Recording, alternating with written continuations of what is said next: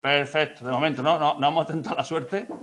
Y como está la conexión últimamente, tampoco vamos... Venga, pues nada, aquí hoy ya sin prisa pero sin pausa avanzamos en el temario. ¿Os lo dije? La pestañita si le dan a mí se recoge. Sí, es verdad, me acordé de la semana pasada, me acordé de esa, mi memoria a corto plazo aún funciona. A largo plazo no, pero a corto sí.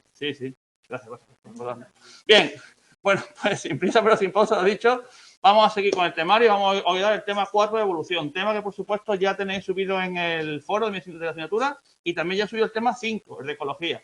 ¿Vale? Antes de empezar con el temario, antes de con el tema 4, una cosa muy rápida que si no se me olvida y no puede ser. El tema 5 no lo vamos a ver en clase. Uy, os explico por qué. Porque si no, es que prefiero llegar tranquilo y sosegado a los temas 6 y 7. Quedan 3 clases después de esta. Son una en diciembre y 2 en enero. Todas dobles, de 2 horas.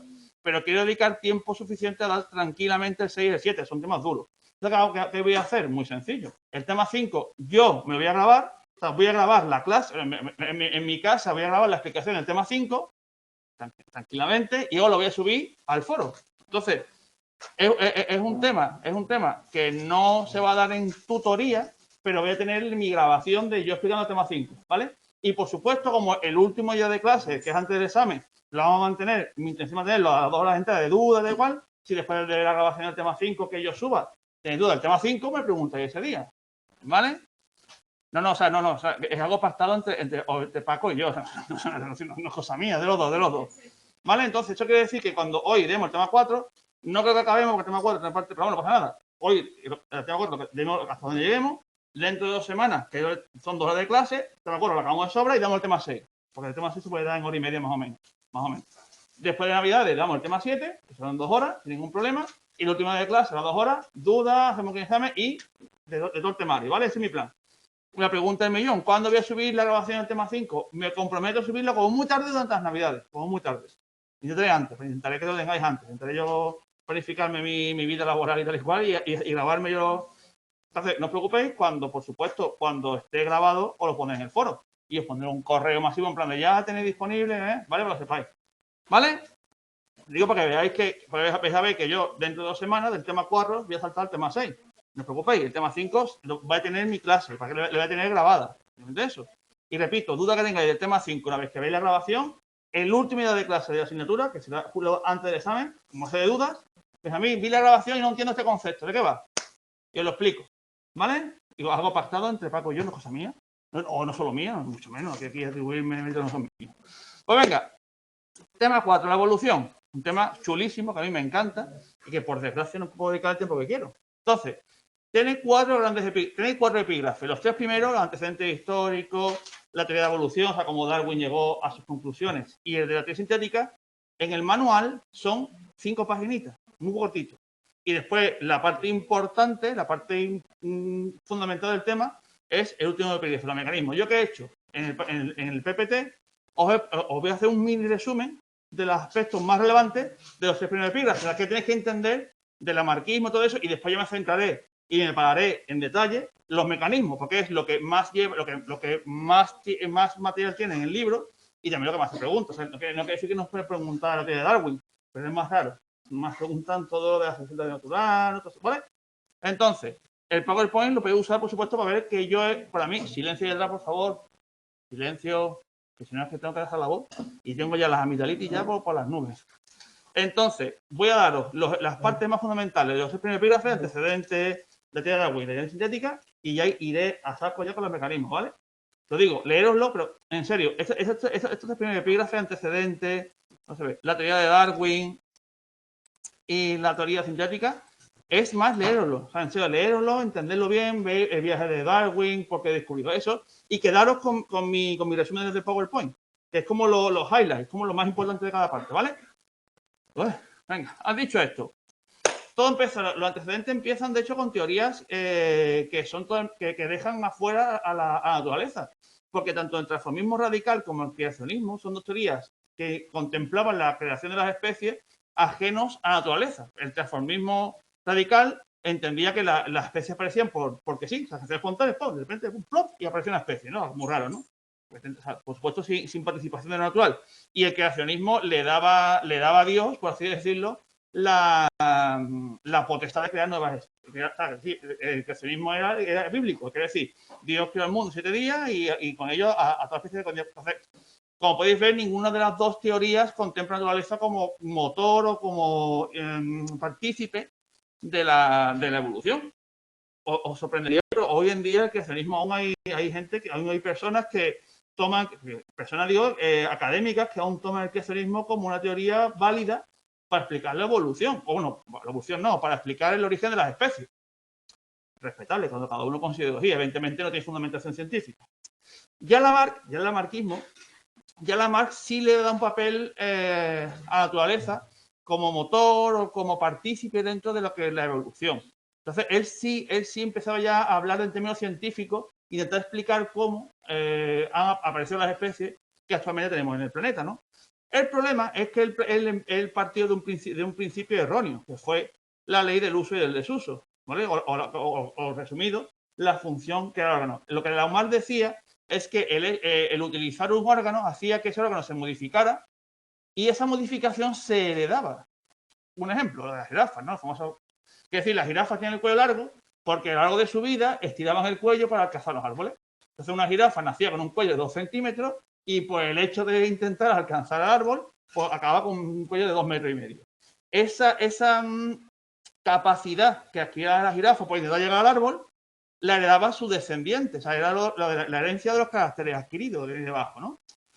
Eso realmente no es así, evidentemente. O sea, porque si eso fuera así, si yo ahora cojo, voy al gimnasio y me pongo hecho Schwarzenegger, mis hijos van a hacer Schwarzenegger. Evidentemente no.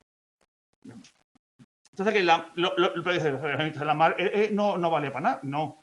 Porque Lamarck fue el primero que se planteó la naturaleza como un motor de cambio, ¿no? En este caso, el hecho de que los animales tienen que interactuar con la naturaleza y que esa interacción con la naturaleza les suponía una mejora. ¿En qué falló? En que esas mejoras se le daban. Evidentemente no. Pero, oye, ya fue el lamarquismo, oye, ya fue una aproximación, al menos intentaba explicarlo en términos naturales, que no es poco. Por supuesto, iba en contra de los catastrofismos, el fijismo, o sea, todo esto de Dios lo creó todo o apareció porque sí. ¿Vale? ¿Vais bien? Muy rápido, pero me vais siguiendo. Eso es leeroslo y entenderlo, que es un cuento, en serio. Un cuento bien, o sea, un cuento bonito, no un cuento en plan de mal, ¿vale? Entendedme. Efectivamente, el creacionismo, muy bien en el chat, es la interpretación bíblica de la creación de la vida. Muy bien.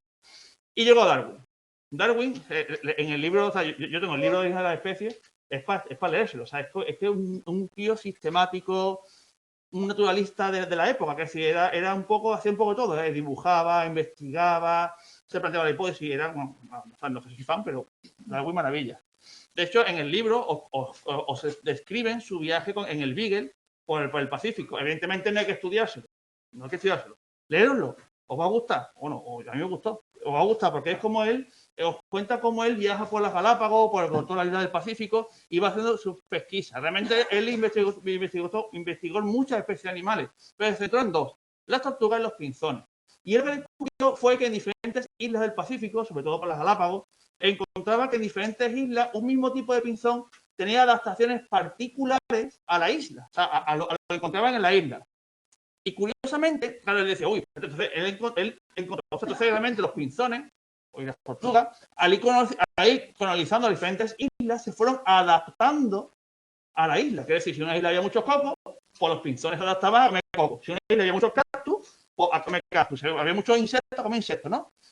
Y todos en pinzones, que es decir, todos partían de la misma, digamos, especie, por así decirlo. Entonces, dice, uy, entonces Petersen encontró esto, ¿no? Encontró que había una existencia de unas variaciones intraespecíficas de diferentes islas. Claro, ¿por qué? Porque los animales estaban ocupando hábitats, estaban vacíos. Llegaban los pinzones a la isla, un grupo de pinzones, 30 pinzones, y ahora veían que no había coco.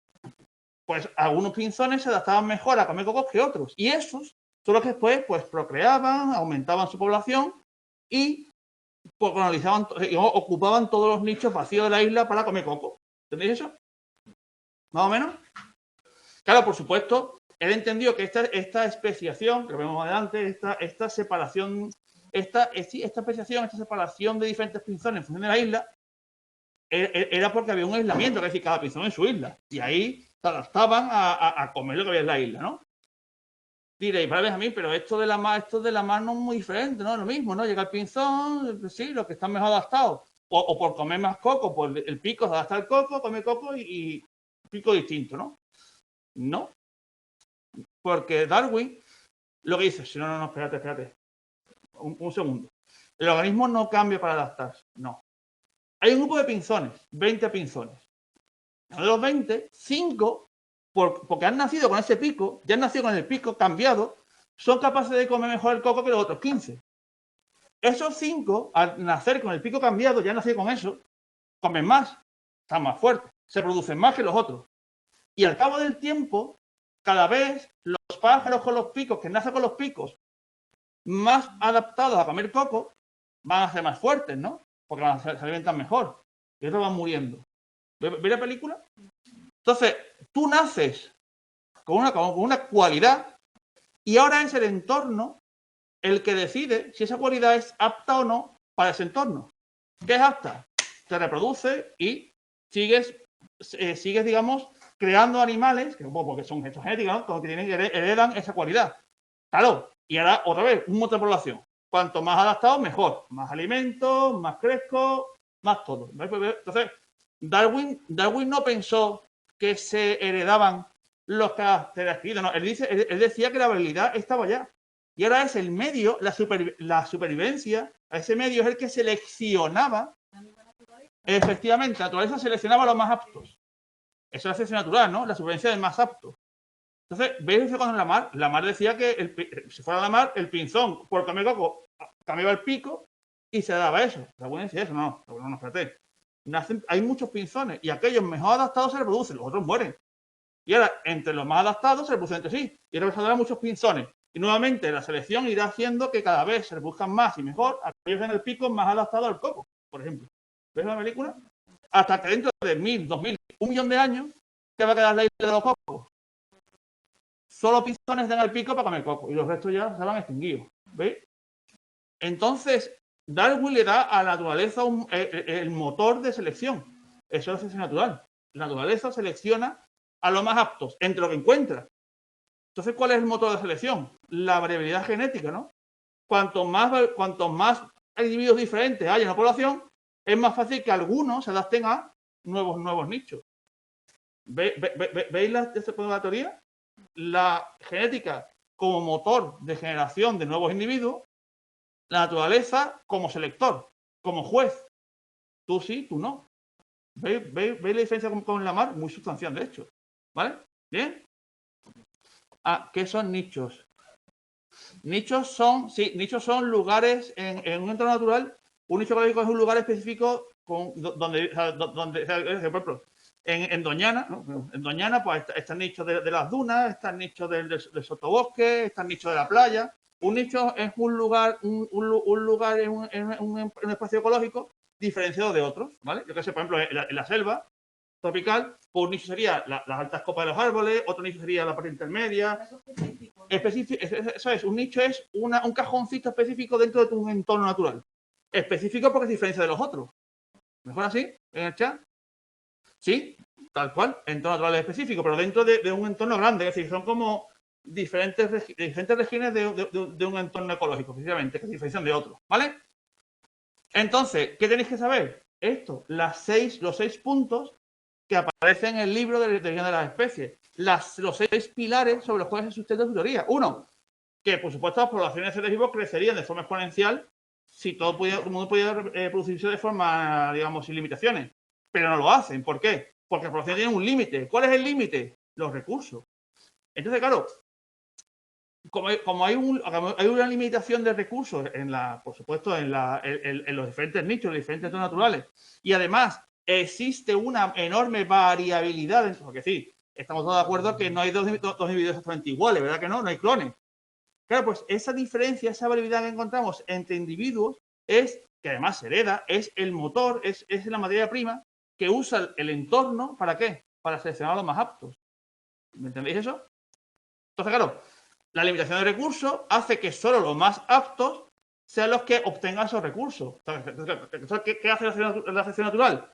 Coge de toda la variabilidad que tenemos de individuos, cada uno con sus pros y sus contras, y aquellos que son capaces de acceder mejor a esos recursos son los que se reproducen. Y por tanto, son los que transmiten esos caracteres. Y por tanto, van formando cada vez una especie nueva, van formando un grupo de individuos distintos, mejor adaptados, más fuertes, yo que veo así, que son los que ocupan, explotan esos recursos. Y el resto desaparece. Eso para Darwin era la formación de nuevas especies, así como él explicaba la evolución. Entonces, ¿cuáles son las dos cosas que faltan para la evolución? Uno, pues la genética. Y dos, selección natural. Tal cual. O sea, si yo tengo que deciros cuáles son los dos grandes principios, los dos grandes pilares sobre los que se sustenta el origen de las especies. Uno, la variabilidad genética como materia prima, ¿no?, sobre la cual actúa el medio. Y dos, la selección natural, que al final es el juez, es el que decide qué individuo es el más apto para un determinado nicho, un determinado lugar. ¿Tenéis eso? Os aseguro que es lo que dice en el libro. A grandes rasgos, ¿vale? ¿Bien? Esto es la teoría según Darwin, lo que él propuso en el 1859. Evidentemente, actualmente, sobre todo debido a que, claro, porque Darwin cuando expuso esto, todavía lo de Mendel estaba todavía en pañales. O sea, esto de genes, transcripción, Darwin no tiene ni idea. Claro, evidentemente, debido a los avances en la genética, sobre todo, en la sistemática, que es la clasificación de los seres vivos, y en la paleontología, de haber encontrado animales extintos que guardan relaciones anatómicas con los actuales, esas tres ramas de la ciencia, genética, sistemática y paleontología, son los que remodelaron la teoría de Darwin y conformaron la teoría sintética de la selección natural, que básicamente es como la de Darwin, simplemente que ya le ponen nombrecitos, oye, la genética es debido a la variedad genotípica, eso es lo que os encanta, ¿no? Eso, ¿no? Pero que os puedo asegurar que la teoría de la evolución que hoy en día contemplamos como aceptada no es muy diferente a lo que Darwin postuló en el 1859. La diferencia es que, claro, los avances en genética, en sistemática, en paleontología, le ha dado más fundamentación, le ha dado más concreción, pero poco más. O sea, ¿no creéis que actualmente hemos reinventado la teoría de la evolución de Darwin? Se sigue pensando que la variedad genética, eso lo vamos a explicar en clase ahora, es la forma en la cual generamos nuevos individuos y la selección natural actúa buscando, seleccionando cuáles son los más aptos, debido, por supuesto, teniendo en cuenta que la selección natural actúa cuando hay una limitación en los recursos, evidentemente, ¿no? Quiere decir, me explico, si en un entorno no hay limitación de nada, hay que se selecciona. ¿Entendéis eso? O sea, quiere decir, si en un entorno natural no hay limitación de recursos, no hay un recurso poco disponible, realmente no hay por qué seleccionar nada. Entonces no habría que decir que siempre que es natural es porque se debe a que hay un factor limitante en el entorno. Entonces la competición por ese factor limitante es lo que hace que se seleccionen a los individuos. Si no hubiera factor limitante, no habría selección, no haría falta. ¿Vale? ¿Entendéis eso? Otra vez. Muchas gracias. ¿Vale? Entonces aquí os pongo nada. Eso no lo explica. Entonces, lo que tenéis que entender, o sea, lo que aporta cada campo, o sea, esto, para comprender, como podéis ver, no es nada, es un porro frase, ¿vale? Lo tenéis aquí por escrito. Esto hay que saberse, ni más. En serio. ¿Vale? Pues otra metodología. Me lo ahorro porque sí, ganado tiempo, que tiempo es oro. Pero ¿qué es eso? Es entender qué aporta cada rama de la ciencia para ayudar a explicar mejor Darwin. Pero poco más, no hay mucho más, ¿eh? Ya veréis que no hay mucha más diferencia. Vale, una pregunta. ¿Esta teoría no niega la adaptación, sino que la defiende? Pues nada. Efectivamente. Claro, esta teoría no niega la adaptación. Lo que pasa es que a diferencia de Lamarck, la adaptación, o sea, tú te adaptas porque tú ya tienes las capacidades, tú ya naces con la capacidad de adaptarte. La diferencia es que ahora te adaptarás a la selección natural, va a seleccionar a los que se adapten mejor. ¿Vale? Lamarck decía que tú nacías hecho una piltrafilla, pero si te esforzabas, conseguías algo y encima eso lo heredaban tus hijos. Eso no. Eso mismo de momento no se contempla, aunque la ciencia es voluble. Es decir, a lo mejor dentro de 50 años demuestran que eso sí es verdad y a Darwin al pobre lo desmontamos. Pero de momento no. Meritocracia genética. Bueno, tampoco vamos a entrar ahora, pero se puede llamarse así. ¿Vale? Yo ahora vamos a entrar en la parte dura del tema. Bueno, dura. Más sesuda, que son los mecanismos de evolución. Es explicar esto, es escoger a Darwin y explicarlo en detalle. Entonces, como podéis ver, vamos a dos epígrafes que son vinculados a entender cómo la genética genera variabilidad, o sea, cómo es la variabilidad de las poblaciones. Vamos a explicar cómo actúa, cómo funciona la selección natural como juez en esto de la evolución. Vamos a explicar el proceso de la especiación, que es el fin último de la evolución, ¿no? Es generar nuevas especies, es la especiación. Y por último, eso es la evolución. Por así decirlo, actualmente lo que usamos para demostrar que la evolución funciona. Es decir, que existe, que no es algo que Darwin se inventó, sino que hay pruebas empíricas que nos demuestran, que nos aseveran que realmente la evolución está ahí. ¿Vale? Pues venga, en principio, esto quizá es lo que menos os gusta, pero ya veréis porque es genética. Ay, Dios mío, genética, pero es mucho más blandito.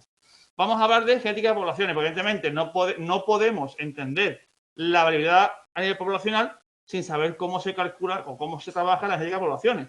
Veréis que no es difícil, lo prometo, o sea, no tiene nada que ver con los temas que hemos visto hasta ahora. El principio del todo. Frecuencias genotípicas. Y en serio, yo sé que esto suena a chino mandarín, pero es ni más ni menos que el porcentaje que existe de un genotipo en una población. Es decir, el porcentaje de homocigotos dominantes que hay en una población, el porcentaje de heterocigotos que hay en una población y el porcentaje de homocigotos vivos que hay en una población. ¿En serio? No es más. Diréis, ¿me mientes a mí? No me miento, es así. Lo prometo.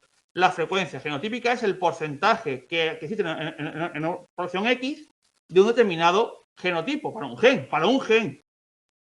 Vendería otra. ¿Así? Entonces, ¿cómo os pueden preguntar? Os pueden decir, en una población de 500 individuos, hay 250 individuos homocigotos dominantes. Serían estos, ¿vale? ¿Cómo calculo la frecuencia genotípica para este homocigoto dominante? Dividimos 250 entre 500 y puedo decir que en esta población el 50% de esos individuos son homocigotos dominantes.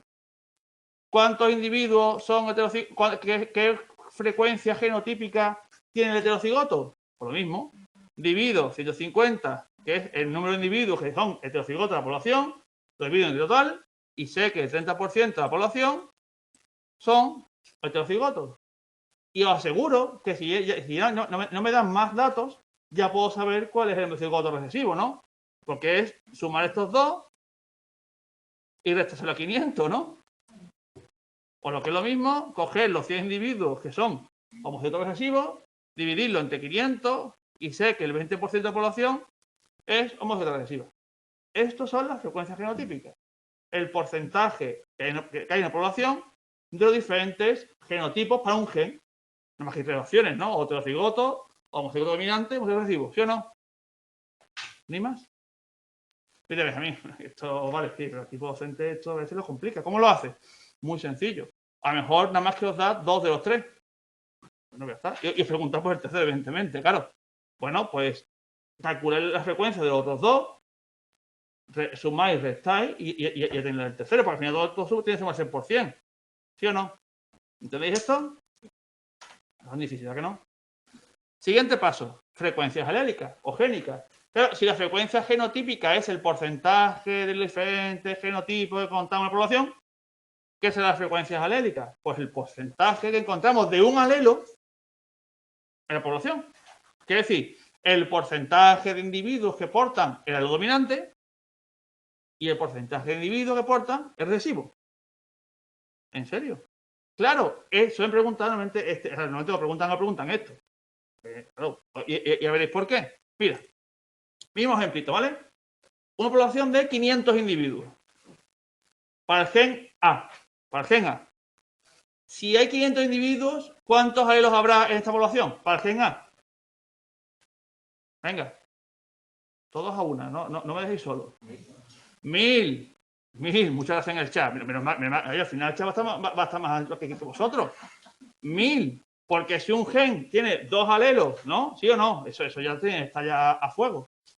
Y hay 500 individuos y un gen tiene 2 alelos, habrá 500 genes, ¿no? ¿Sí o no? Para el gen A. Si hay 500 genes, hay 1000 alelos. ¿Estamos de acuerdo? Vale. Y ahora yo soy un ser perverso. Pues lo soy, en realidad. Y os pregunto, ¿vale? ¿Cuál es la frecuencia para esta población de 500 individuos para el alelo A1. Claro, diréis, y os digo, y os doy estos datos. Os doy que hay 250 individuos hemocigotos para la 1 y 150 diploides, muy bien, en el chat, y 150 heterocigotos. Diréis, vale, eso se complica un poco, ¿no? Porque me preguntan la frecuencia alélica, no genotípica. Bueno, no pasa nada. ¿Cuántos alelos hay en el genotipo A1A1? Si hay 250 individuos con ese genotipo. 500, ¿no? ¿Sí o no? Porque hay dos... ¿Estamos de acuerdo que el homocigoto tiene dos alelos? Sí. Si hay 250 individuos con homocigotos para uno, ¿aquí cuántos alelos hay? A1. Todos a una. Muchas gracias. Gracias en el chat. Hoy estáis totalmente on fire. No comen clase, están apagadísimos. ¿Qué os pasa? Venga, y ahora aquí en el heterocigoto. En el heterocigoto, ¿cuántos alelos hay A1? Aquí. 150. ¿Estamos de acuerdo todos? Por tanto, ¿cuántos alelos en total habrá en esta población A1?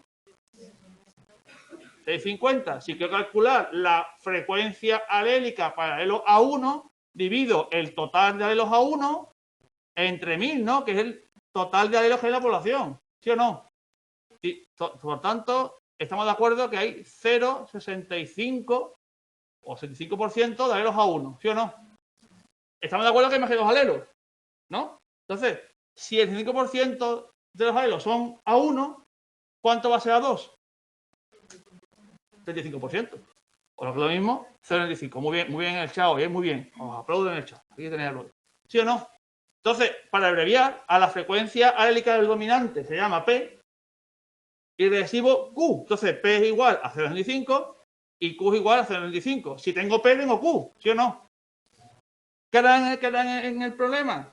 Os darán, lo que he dicho, os darán el número de individuos que hay para un homocigoto y para el heterocigoto. Os dirán, por supuesto, por ejemplo, total, y os dirán, calcúlame el recesivo. Pagáis todo esto. Pero es, en serio, es sumar y dividir. No hay más. O sea, esto no es tan complicado, en serio. ¿Lo entendéis? ¿Sí o no? Vuestras caras me dicen eso, pero os tendré que confiar en vosotros. Preguntármelo. ¿Sí o no? Yo avanzo por avanzar. Yo no avanzo por avanzar. Quiero avanzar, pero lo que está atrás vaya consolidando. ¿Vale? Entonces, lo que tenéis que tener en la cabeza es, oye, me están preguntando alelos. Se preguntan alelos. Se preguntan alelos, tengo que saber que si son 500 individuos, hay 1000 alelos, ¿no? Y si me preguntan cuántos alelos hay en un homocigoto, pues por 2, porque hay 2 alelos. Pues lo multiplico y lo sumo. Y siempre contemplar, silencio de atrás, y siempre contemplar al heterocigoto también. ¿Vale? ¿Sí? Yo me he perdido. Vale. Lo que voy a referirme es que cuando os preguntan frecuencias, Benjamín, lo que voy a referirme cuando os preguntan frecuencias alélicas, tenéis que contemplar que os han preguntado por número de alelos. Entonces, un genotipo hay 2 alelos. Pues tenéis que contemplar si es homocigoto, heterocigoto o, ¿vale? Entonces, ¿qué homocigoto dominante? Pues multiplicad por 2 es alelo. ¿Qué recesivo? Pues no. Vale. Y yo, silencio atrás, por favor. Es que si no tengo que pasar la voz de mala manera y voy a acabar con angina. Vale. Si son 2 por un gen, bueno. 100 a 2 son 200. ¿Sí? Son 200 a 2. Más 150 de aquí, 350. ¿Está bien? ¿Vale? O sea, no lo he hecho porque lo he calculado, digamos, restando, pero sería igual. ¿Vale? Ya, para acabar ya con esta parte, que era más feilla. Sí. De hecho, lo haremos en último día de clase. Os enseñaré cómo leer bien los exámenes. Porque os aseguro que muchas veces falláis porque no leéis bien. Porque se os escapan cosas que son de pero claro, estoy nervioso, es normal. Entonces, de hecho, lo que vamos a hacer último día de clase, cuando yo aquí os haré el examen del año pasado, de febrero, y os haré unas preguntas para enseñaros a leer la pregunta. Para que no empecéis a las chispas, empecéis a ir por el circuito, ¿vale? Porque muchas veces es así. Falláis preguntas porque no leéis. Porque si os confundí y ya, claro, ya se acabó. Muy bien. Venga, equilibrio de Hardy-Weyl. Claro, estos dos dijeron, vale, realmente yo puedo entender que en una población, ¿vale? Las frecuencias génicas y genotípicas, o sea, las alélicas genotípicas, no cambiarían, en la población no cambiaría si la población está en equilibrio. Es decir, si hay una serie de condiciones muy extrañas, que por supuesto nunca se dan en la naturaleza, pero bueno, ellos, como estos teóricos, pues lo postularon. Dice, vale, si la población está en equilibrio, las frecuencias génicas y alélicas no cambiarían. O sea, que sí, que siempre se mantendrían constante, ¿no? ¿Por qué? Porque no hay nada que altere o modifique estas frecuencias, ¿no? Claro, ¿cuáles son las condiciones, según estas dos personas teóricas, pues todo teórico, esto por eso no existe la realidad? ¿Cuáles son las condiciones para que contemplar que la población esté en equilibrio? Uno, que el tamaño de la población sea grande. Claro, porque si es pequeñito, ya estamos sesgando la cantidad de individuos que van a tener cada uno de los genes, ¿no? De los alelos, perdón. Primero. Dos, que todos los individuos tengan la misma probabilidad de reproducirse.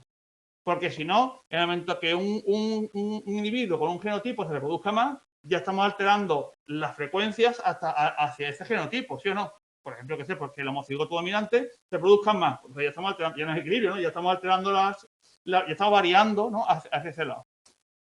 Dos, que no se produzcan movimientos de migración. Claro, que no haya un grupo de individuos que se vayan, porque estamos perdiendo esa variabilidad. Cuatro, que no haya diferencias.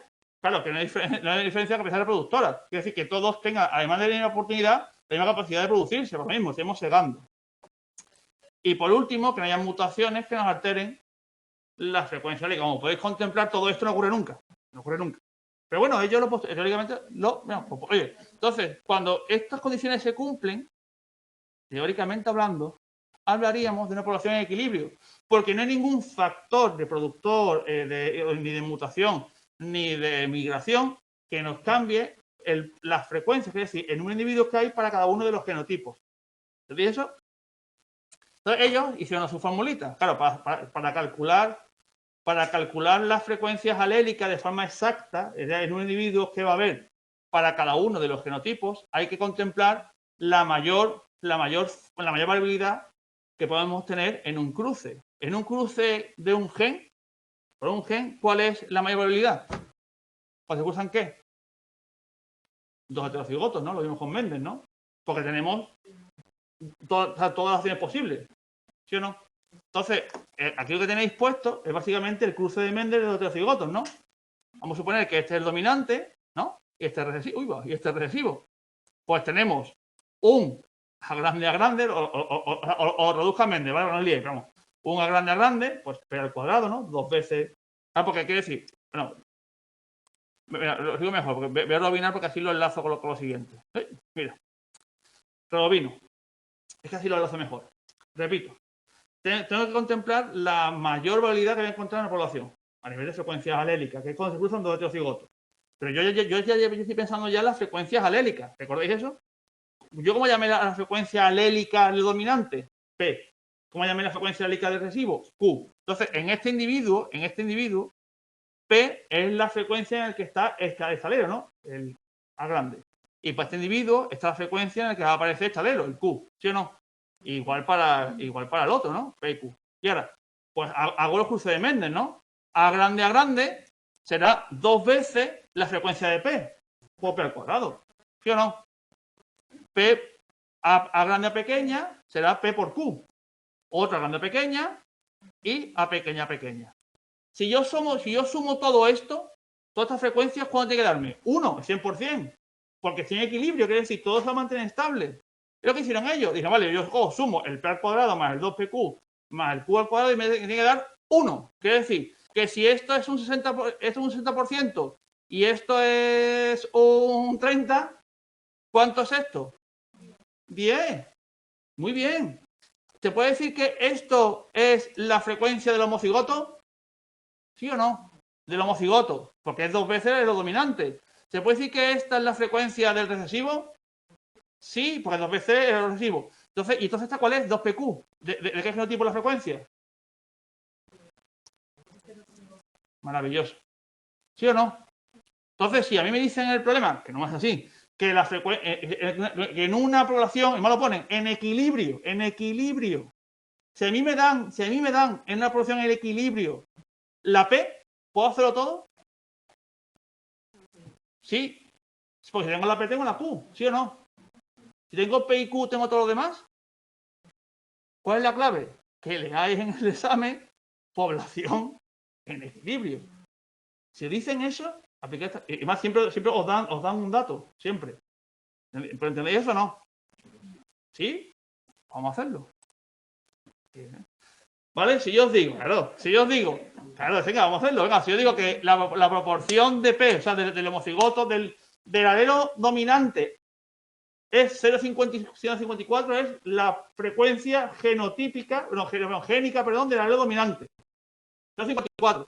Si tengo eso, puedo calcular Q, que es la frecuencia alélica del recesivo. Sí. Si tengo P y Q, tengo todo lo demás. Es la fórmula porque hay equilibrio. Es que, en serio, la única diferencia de todo esto es que a lo mejor no van a decir 54, o van a decir 1000 individuos, 500 homocigotos dominantes, 250 recesivos. ¿Vale? Tenéis que hacer los pasos previos, pero lo que hemos hecho antes, pero en que tengáis P o Q, lo tenéis todo. Si está en equilibrio, pero lo va a estar, pero tenéis que leerlo. Y después aplicar esto, sin ningún más, aplicarlo sin temor. ¿Vale o no? Mejor así, más calmado un poco. En serio, la clave es leer, te lo prometo. Es leer. Leer, pon el equilibrio, ya está. P cuadrado más 2P, P cuadrado más 2PQ más PQ cuadrado, ya está. Ya, y como yo sé que son frecuencias alélicas, ¿no? Que P y Q son frecuencias alélicas, si calculo la de una de las dos, la que me sea más fácil calcular, o porque es la que me están dando, tengo la otra, aplica la fórmula. La pregunta del millón, Benjamín, entonces en el examen calculadora, ¿cómo la vamos a usar? Ay, Dios mío. A ver, o van a poner soluciones, quiero decir, van a hacer cosas muy bestias. El doble de 0,2 es 0,4. Claro, que decir que si la opción es 0,4, 0,57 y 0,8, pues evidentemente no va a ser ningún. Que yo sé que diré, es que yo en el examen sin calculadora, ¿cómo voy a hacerlo? Dios mío, raíz cuadrada, no, o sea, eso es otra. Si al final vuestra resolución es hacer raíz cuadrada, vais mal. Pero como mucho tenéis que multiplicar, 2 por 2. No sé si me estoy explicando. ¿Vale? Entonces, si en el examen cuando hacéis ese problemita pensáis que tenéis que hacer raíz cuadrada, vais mal. Vais mal, porque no hace falta. Es multiplicar, sumar y tener... O sea, conceptos claros. P, frecuencia alélica del dominante. Q, frecuencia alélica del recesivo. Todos los genes tienen 2 alelos. El homocigoto tiene 2 iguales y el heterocigoto 1 de cada. ¿En serio? Si os dan 500 individuos, tenéis 1000 alelos ahí para jugar. Si os son 2000 individuos, 4000 alelos. Os aseguro. Además, de hecho, os prometo que haremos uno de estos el día de... Para ver lo fácil que son. Es que muchos lo descartáis porque es problema. Y es que son... Porque, claro, ahora, como siempre, 4 cosas claras. ¿Vais bien? Yo sé que esto puede ser un poco bofetón, pero creo que sí, creo que os ayuda a entenderlo. ¿Sí? ¿También en casa vais bien? Porque intento echar cuenta, que conste que sí. Maravilloso. Muy bien. Pues venga, ya vamos a entrar en cosas un poco más amenas. Variabilidad genética. Claro. De hecho, esto ya lo dije en clase. Os hice el spoiler sin querer en el tema 2. ¿Cuál es la mayor fuente de variabilidad? ¿Cuál? La recombinación genética. Muy bien. ¿Y otra más? Son dos. Venga. Lo vimos en el tema 2. Os encantó. El cuadrito con las elecciones y esas cosas. La mutación, ¿no? La mutación. Bien. Bien. En el Chavo están ganando un poco. Yo no digo nada, pero en el Chavo están ganando por goleadas, ¿eh? No quiero yo criticar a nadie, ¿eh? Pero muy bien, ¿eh? No. Que coste, no. Es que sin competir. Pero, hombre, que estamos bien en el chat. Están ahí en falla en casa. ¿Sí o no? Lo dije en clase, ¿no? ¿Cuáles son las dos fuentes de variabilidad genética? Que las mutaciones y la recombinación. Evidentemente, eso que hace. Uy, no. Ay, se va. Eso lo que hace es que haya individuos diferentes de la población, con los mismos genes. ¿Sí o no? De hecho, Darwin postuló que las poblaciones encontraban más variabilidad de la que él esperaba. ¿Por qué? Porque esto no lo sabía. Aún no había aparecido las leyes. Eso es lo que aportó la genética, lo que expliqué al principio del tema, ¿no? Claro, él no sabía que existían las mutaciones. Él no sabía que existía la recombinación. Entonces él encontró más variabilidad de lo que él postuló teóricamente, porque le faltaban todos estos datos. Claro, cuando se descubrió que sí que existían las mutaciones genómicas, cromosómicas, lo que hemos visto en clase, ¿no? Y la recombinación, claro, así sí, así se explica que tengamos esta enorme variabilidad de individuos con los mismos genes. Porque hay muchas formas de combinar estos genes para generar nuevos individuos diferentes, aunque sean mínimamente. Pero claro, en la mutación tiene, o la variedad genética tiene un carácter preadaptativo. Es decir, que tú naces con esa cualidad y ahora es el medio el que selecciona si eso es apropiado o no. ¿Recordáis cuando vimos los tipos de mutación? Que en función del fenotipo había 3 tipos: positiva, negativa o neutra. Hoy os dije, eso era lo que el fenotipo aporta, la mutación aporta al fenotipo. Claro, explicado de forma de la evolución, una mutación es positiva, esa mutación te da una ventaja evolutiva. Es negativa, si te da una desventaja, es neutra si no te aporta nada. La mayoría son neutros, lo digo ya. Pero hay ambientes, a lo mejor una neutra, lo vemos ejemplo, ¿no? Una neutra en este ambiente puede ser positiva en otro ambiente, porque aporta ventajas. Y puse el ejemplo de eso en clase con el tema de la anemia falciforme. ¿Acordáis? El triocigoto. Eso era evolución. ¿Veis? Es decir, una persona que al final hago spoiler porque yo como me emociono, me voy adelantando, pero no quiero, tengo que echar para atrás. Pero vamos a ver las películas, es decir, yo soy el triocigoto de anemia falciforme. Y aquí en España no tengo ninguna ventaja, es neutra. Ahora me voy a África donde hay una enfermedad y yo de repente soy superior a nivel de que estoy más avanzado. ¿Es una mutación? Sí. ¿Quién selecciona? ¿Yo? No, el ambiente. Así funciona la evolución. ¿Qué no hay más? No hay más. ¿Vale? Entonces, la mutación, lo he dicho, es uno de los principales motores contra la combinación de generar nuevos alelos, de generar nuevas variantes de los genes. De hecho, hay 2 teorías, digamos, que apoyan este carácter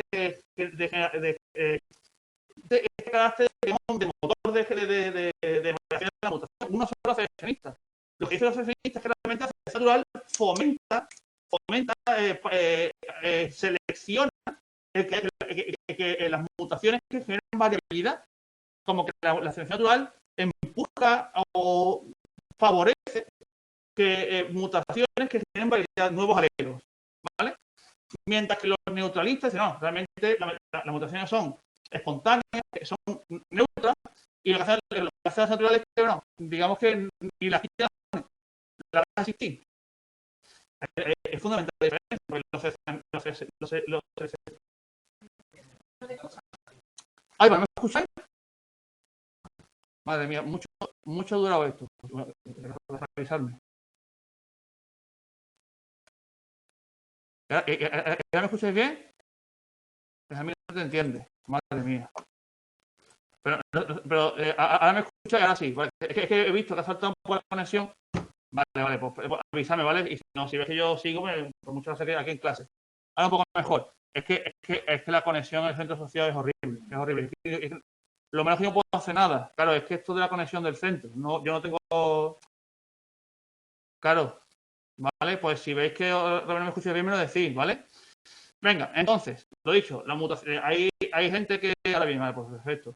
Hay teorías que promulgan que realmente la ciencia natural fomenta las mutaciones que generan nuevos alelos, variabilidad, y otros que no, que no, realmente a la señora no le molesta, neutralista, pues, ni va mal, ¿vale? Puede avisarme, ¿vale?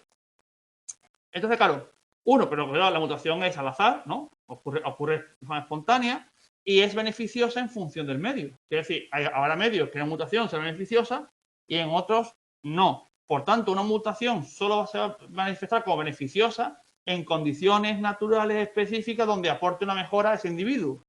Por tanto, la selección natural nuevamente es la que selecciona, la que elige, la que decide si esa mutación se va a dar una ventaja y por tanto se va a perpetuar. ¿Entendéis eso? Por eso el carácter preadaptativo. Muy bien. Claro, pero lo cierto, aunque las mutaciones de recombinación son los principales motores de variabilidad, lo que hace que haya nuevos genotipos y nuevos alelos en las poblaciones, hay otra forma también de modificar o cambiar un poquito los genes que hay en la población, que es con las migraciones. Que es que si yo cojo un grupo de individuos con un genotipo concreto y ahora se va de una población a otra, estoy generando también variabilidad, ¿no? Porque están entrando nuevas frecuencias genotípicas, ¿entendéis eso ya? En esa población. Hay un caso muy extremo de migración que es la deriva génica. Es un caso muy extremo. Es cuando una población concreta se pierden un montón de individuos de un genotipo concreto. Porque, por ejemplo, de repente ahora hay una polución que se carga, dicho malamente, a los heterocigotos. Y de repente, pum, la población cae en picado en su número de individuos y solo mueren específicamente los heterocigotos. ¿Qué he hecho? De repente he provocado una deriva, ¿no? He cogido mi población genética y la he bajado, la he disminuido sesgadamente en un genotipo. ¿Entendéis eso? Entonces, la deriva génica es un caso extremo de cambio de edad genética por una cosa catastrófica, no un problema, no es natural, ¿no? No, natural, no es lo común, mejor dicho. Dentro de la deriva génica hay una consecuencia, que es el efecto fundador. Claro, vamos a suponer que yo me cargo en una población a todos los heterocigotos y solo quedan los homocigotos totalmente recesivos. Y ahora, entre ellos, forman dos poblaciones nuevas, solamente con esos genotipos. Es el efecto fundador, ¿no? Porque algo es que ahora yo cojo y individuos con genotipos muy concretos son los que forman ahora nuevas poblaciones. Entonces, el efecto fundador es una consecuencia de la deriva génica. Es cuando se produce un cataclismo y me cargo en una población a un genotipo concreto, y a los que quedan, que son muy poquitos, generan poblaciones nuevas. ¿Entendéis eso? Y un caso todavía más extremo del efecto fundador es el efecto cuello de botella.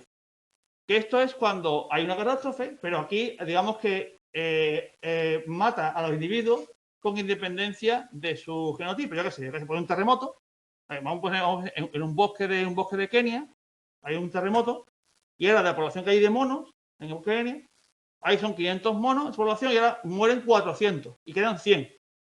Esos 100 van a tener genotipos distintos, pero he producido un sesgo enorme en la población, ¿no?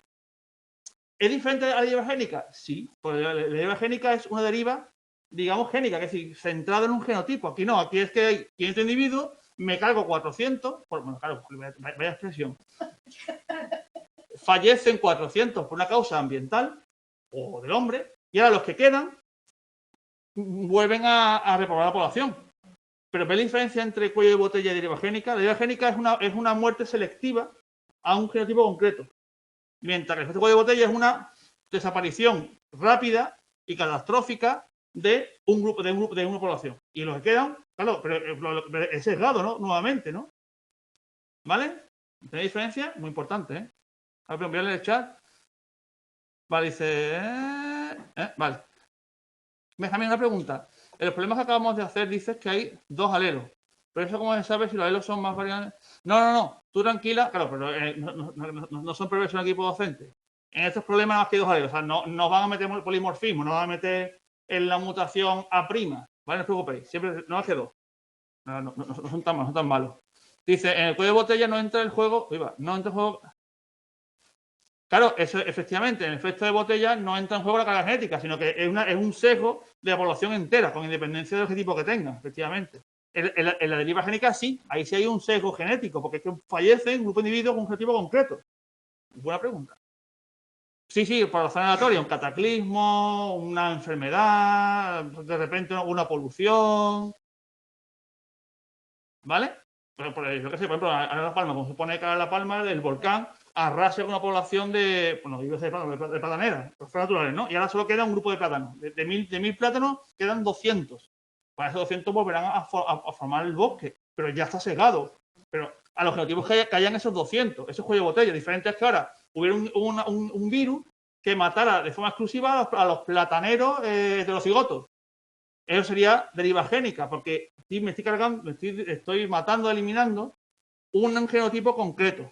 ¿Qué diferencia? Eso es muy importante. Entre deriva génica y cuello de botella es lo mismo. Al final es lo mismo. Es un sesgo catastrófico de la habilidad genética. La diferencia es que destrozo. Vale. Ay. Venga, para acabar ya por hoy, os voy a introducir la sección natural, ¿vale? Pero vamos, no os preocupéis que no queda mucho. Hemos avanzado, que no queréis más de meter el tema.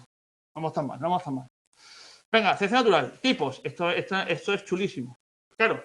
Pero antes de los tipos, tenéis que entender cómo funciona la selección natural.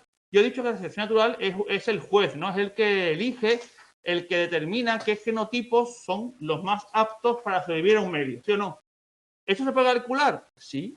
Hay una formulita muy sencilla que es la eficacia biológica, que lo que mide es el cómo la selección natural está fomentando o no un genotipo concreto en una población. ¿Cómo explico yo lo que es la eficacia biológica? Muy sencillo. Vamos a suponer que un genotipo es muy beneficioso, el que sea. ¿Creéis que los individuos con ese genotipo tengan mucho o pocos descendientes? Muchos, ¿no? Si es beneficioso. Entonces, si yo quiero saber la eficacia biológica de ese genotipo, ¿qué hago? Divido el número de descendientes de individuos con ese genotipo entre el número de individuos del genotipo que tiene más descendientes de la población. Evidentemente, si el homocigoto dominante es muy beneficioso, vamos a poner una población X, ¿vale? Que tiene 1000 individuos de diferentes tipos, ¿vale? Y ahora yo veo que en esa población, por motivos que sean, el homocigoto dominante es resistente a una enfermedad.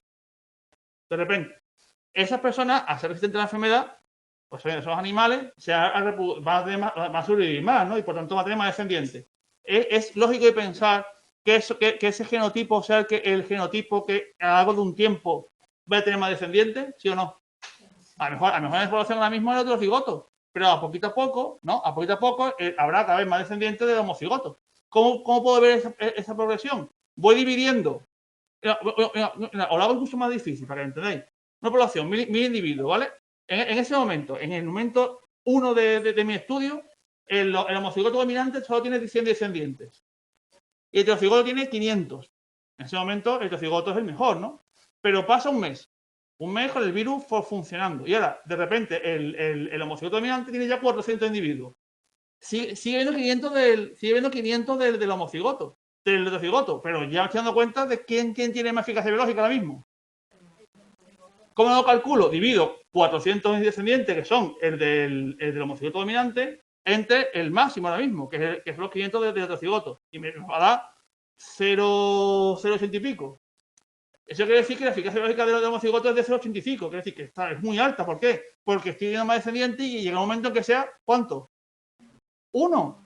Porque será que más tenga. ¿Veis eso? Es una forma de yo comprobar de que ese genotipo está siendo seleccionado de forma positiva por la selección natural. Sí, porque cada vez hay más descendientes de ese con respecto a los otros, ¿no? Hasta que sea el máximo 1. Pero también lo puedo usar al revés. Puedo saber si un genotipo está siendo muy machacado por la selección. Por ejemplo, un genotipo que produzca una enfermedad. Por ejemplo, aquí, ¿no? Sabemos que el anismo acondroplásico se debe a un homocigoto dominante. Y entonces, en el momento X de mi estudio, los descendientes, el promedio de descendientes con ese genotipo es de 0,25. Y el promedio descendiente de la persona del genotipo de mayor, digamos, descendencia es de 1,27. Si yo quiero saber la eficacia biológica de ese homocigoto dominante que tiene una enfermedad, ¿qué hago? Divido sus descendientes entre el máximo y me sale 0,2. ¿Eso quiere decir? ¿Esto es una alta eficacia biológica? ¿0,2? No. ¿La selección natural aquí está actuando en contra o a favor de este genotipo? En contra, porque es 0,2. Quiere decir, la eficacia biológica es como cuánto de bueno es ese genotipo para ese ambiente. Aquí es malísimo, ¿no? Porque he dividido sus descendientes entre el que tiene más, que puede ser el que sea. Por supuesto, en este caso, el que tienen todos sanos, evidentemente, ¿no? Entonces, me está demostrando que este genotipo en esta población tiene una muy baja eficacia biológica. Lo que es lo mismo, la selección natural va en su contra, disminuyendo un 100% en ese momento. Siempre se divide, Bernie. Siempre se divide. Siempre hay que dividir el número de descendientes del genotipo que le están preguntando entre el que tiene más. Siempre. Y lo que te dé es la eficacia biológica. O dicho de otra manera, si yo estoy diciendo que para este genotipo, ¿no?, es de 0,2 su eficacia biológica, yo puedo calcular el coeficiente de selección, como cuántas selecciones está actuando en su contra, que es restarle 1. O sea, la W, el coeficiente de selección, que es ese, es el inverso de la eficacia biológica. Es decir, cuanto más eficacia biológica, menos coeficiente de selección, porque en este concepto el coeficiente de selección lo tienen como algo negativo. Es decir, la selección actúa en tu contra, o sea, yendo en contra de ese genotipo. Entonces, un genotipo con un coeficiente de selección de 80 quiere decir que tendrá una eficacia biológica de ¿cuánto? de 20, bueno, o de 0,2, efectivamente, muy bien, y al revés. Claro, un coeficiente de selección de 0,1, ¿cuál sería su eficacia biológica? 0,9. Son cosas que decir, porque en este concepto utilizan la selección natural como algo malo, como algo que va en contra de ese genotipo. Es como lo explican, cómo usan esta variable y otras, pero cómo usan esto. ¿Tenéis eso? Son cosas, eficacia biológica y coeficiente de selección son antagónicos. Una alta eficacia biológica implica un bajo coeficiente de selección y viceversa. Un alto coeficiente de selección implica una baja eficiencia biológica. ¿Entendéis eso? ¿Sí? ¿Me decís eso para que me callo o porque continúe? ¿Vais bien o no? Sí, vale. Pues dejamos aquí, ¿vale? O sea, ya, es que no quiero, o sea, dejamos aquí y dentro de 2 semanas, cuando hay clase, no, que porque el puente es puente, es efectivo, acabamos el tema 4, que nos quedará con mucho, del tema 4 media hora nomás, porque ya nos queda ya la última parte, y después, damos el tema 6. El tema 6 está pensado para darle 1 hora y media, ¿vale? Y repito, el tema... Sí, me lo dices a mí. Ojalá yo pueda disfrutarlo más. Yo no pagaría, pero me gustaría tener más tiempo. Pero claro, lo dicho, el tema 5, repito, el tema 5 no se da en clase, sino que yo haré una grabación o ya lo subiré al foro, ¿vale? Lo subiré al foro, intentaré hacerlo antes de Navidad, ¿vale? Me lo tengo apuntado para hacerlo, yo me programo y por supuesto lo avisaré. Un correíto para que sepáis. Y por supuesto, cuando veáis la grabación, en el último de clase, haremos una sesión de dudas y demás, pues lo explicaré ahí, ¿vale? Venga, aquí sin prisa pero sin pausa, casi sin respirar. El día 20 no. No, esa semana ya no es lectiva aquí el lunes, ¿vale? Bien, he pasado a hoja de firma, como se descompuso la última hoja de firma, como recordáis, pues es que era una nueva, ¿vale? Y firmando, me pego el cable. Bueno, eso, gracias. ¡Ay! Venga, pues nada, como siempre, sin descanso, saltamos ya de la clase a la práctica, ¿vale? Hoy es el último día de la práctica. Hoy ya es el último día, de hecho, el último día de práctica del cuatrimestre, de hecho. O sea, ya las 3 clases que quedan son clases doble de teoría, 2 horas de teoría en todas las clases, ¿vale? Mira, lo he dicho en clase, pero no aquí cuando estaba conectado online. Os recomiendo a los que no seáis de ciencia, no vengáis de bachillerato de ciencia, que cojáis cualquier libro de biología, de bachillerato, que queráis, y eso lo leéis y eso os ayuda a entender todos los conceptos de gen, proteínas, núcleos, cromosomas, ¿vale? Leerlo, no estudiar, leerlo por encima, ¿vale? Ya no lo dije, por eso digo que tenéis grabado, ¿vale? Que adelante. Venga, vamos a empezar. Lo dicho, fecha importante para esta práctica. Primera, la del cuestionario. Como siempre, esta práctica se evalúa con igual que la BP1, un cuestionario que se hace online. El cuestionario estará disponible, como ya sabéis, en el campo de la asignatura del 3 al 13 de diciembre. ¿Vale? Del 3 al 13 de diciembre, como veis, solo para los dos, podéis hacer el cuestionario de esta práctica. Por tanto, ya hoy, a ser el último día de la práctica, ya a partir de hoy, se me puede enviar por correo, el día de la práctica, a partir de hoy, último día. Fecha máxima para enviarme por correo el día de la práctica, 13 de diciembre. Sí, bueno, os doy tiempo de sobra, ¿vale? Por correo, como queráis, en PDF, en un Word, pegado al correo, que yo lo pueda leer, ¿vale? Los de notas. Como bien sabéis, intento responder para que sepáis que me ha llegado, ¿vale? Después, a partir de la siguiente clase ya son 2 horas de teoría, ¿vale? Siempre teoría. Después, las notas, después cuando hagáis el cuestionario, después del 14 al 14, tengo un mes para corregir este cuestionario junto a corregir. Entonces, lo dicho, yo tengo hasta el 14 de enero para poder corregir los cuestionarios, ¿vale?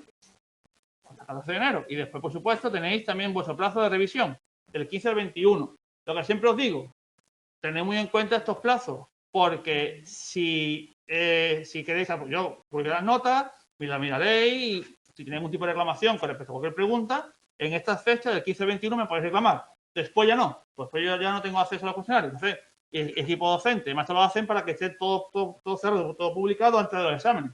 Para que después lo que suele pasar, no, mira, es que me falta 0,1. Ya no. ¿Vale? Entonces, cualquier duda que tengáis o cualquier reclamación con respecto a las notas, del 15 al 21 de diciembre yo puedo, enero, perdón, que yo puedo entrar, lo miro, lo corrijo y lo reviso sin ningún problema. ¿Vale? Las notas salen, o sea, las notas os salen, creo que recordar en mis calificaciones. Os aparece ahí. Y si no, también podéis consultarlo en cuando ponéis intentos o como yo nunca las miro, no sé dónde salen. Pero creo que os aparecen mis calificaciones, os aparece la nota de práctica, ¿vale? Como que, de hecho, ahí presento todo lo que os califiquen os aparecerá ahí, porque son vuestras calificaciones. ¿Vale? Sí, a partir de hoy ya se me puede enviar el diario, ¿vale? Por correo electrónico, a este correo que tiene aquí abajo, ¿vale?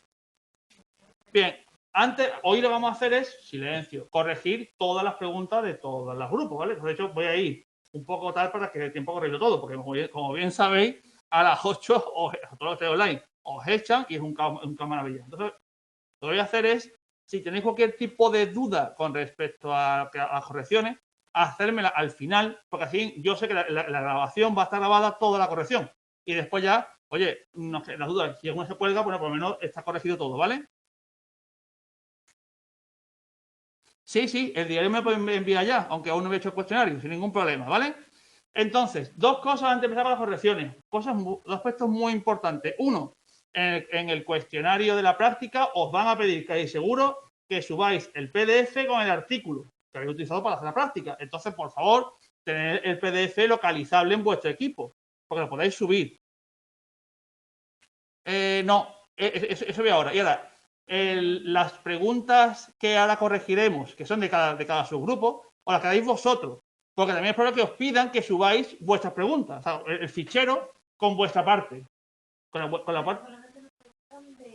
No, claro, y aquí viene la segunda cosa importante. Quiero decir, primera cosa importante, que tengáis disponible y localizado el PDF con el artículo, porque seguro que os van a pedir que lo subáis, seguro. ¿Vale?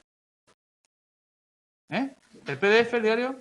Entonces, repito, el diario a mí por correo, ¿vale? Desde hoy, ya, que yo lo corrijo, ¿vale? El PDF es el PDF del artículo, el que había utilizado para hacer la práctica, localizable y perfectamente en vuestro equipo, para saber dónde está. Y tercera cosa es vuestra parte.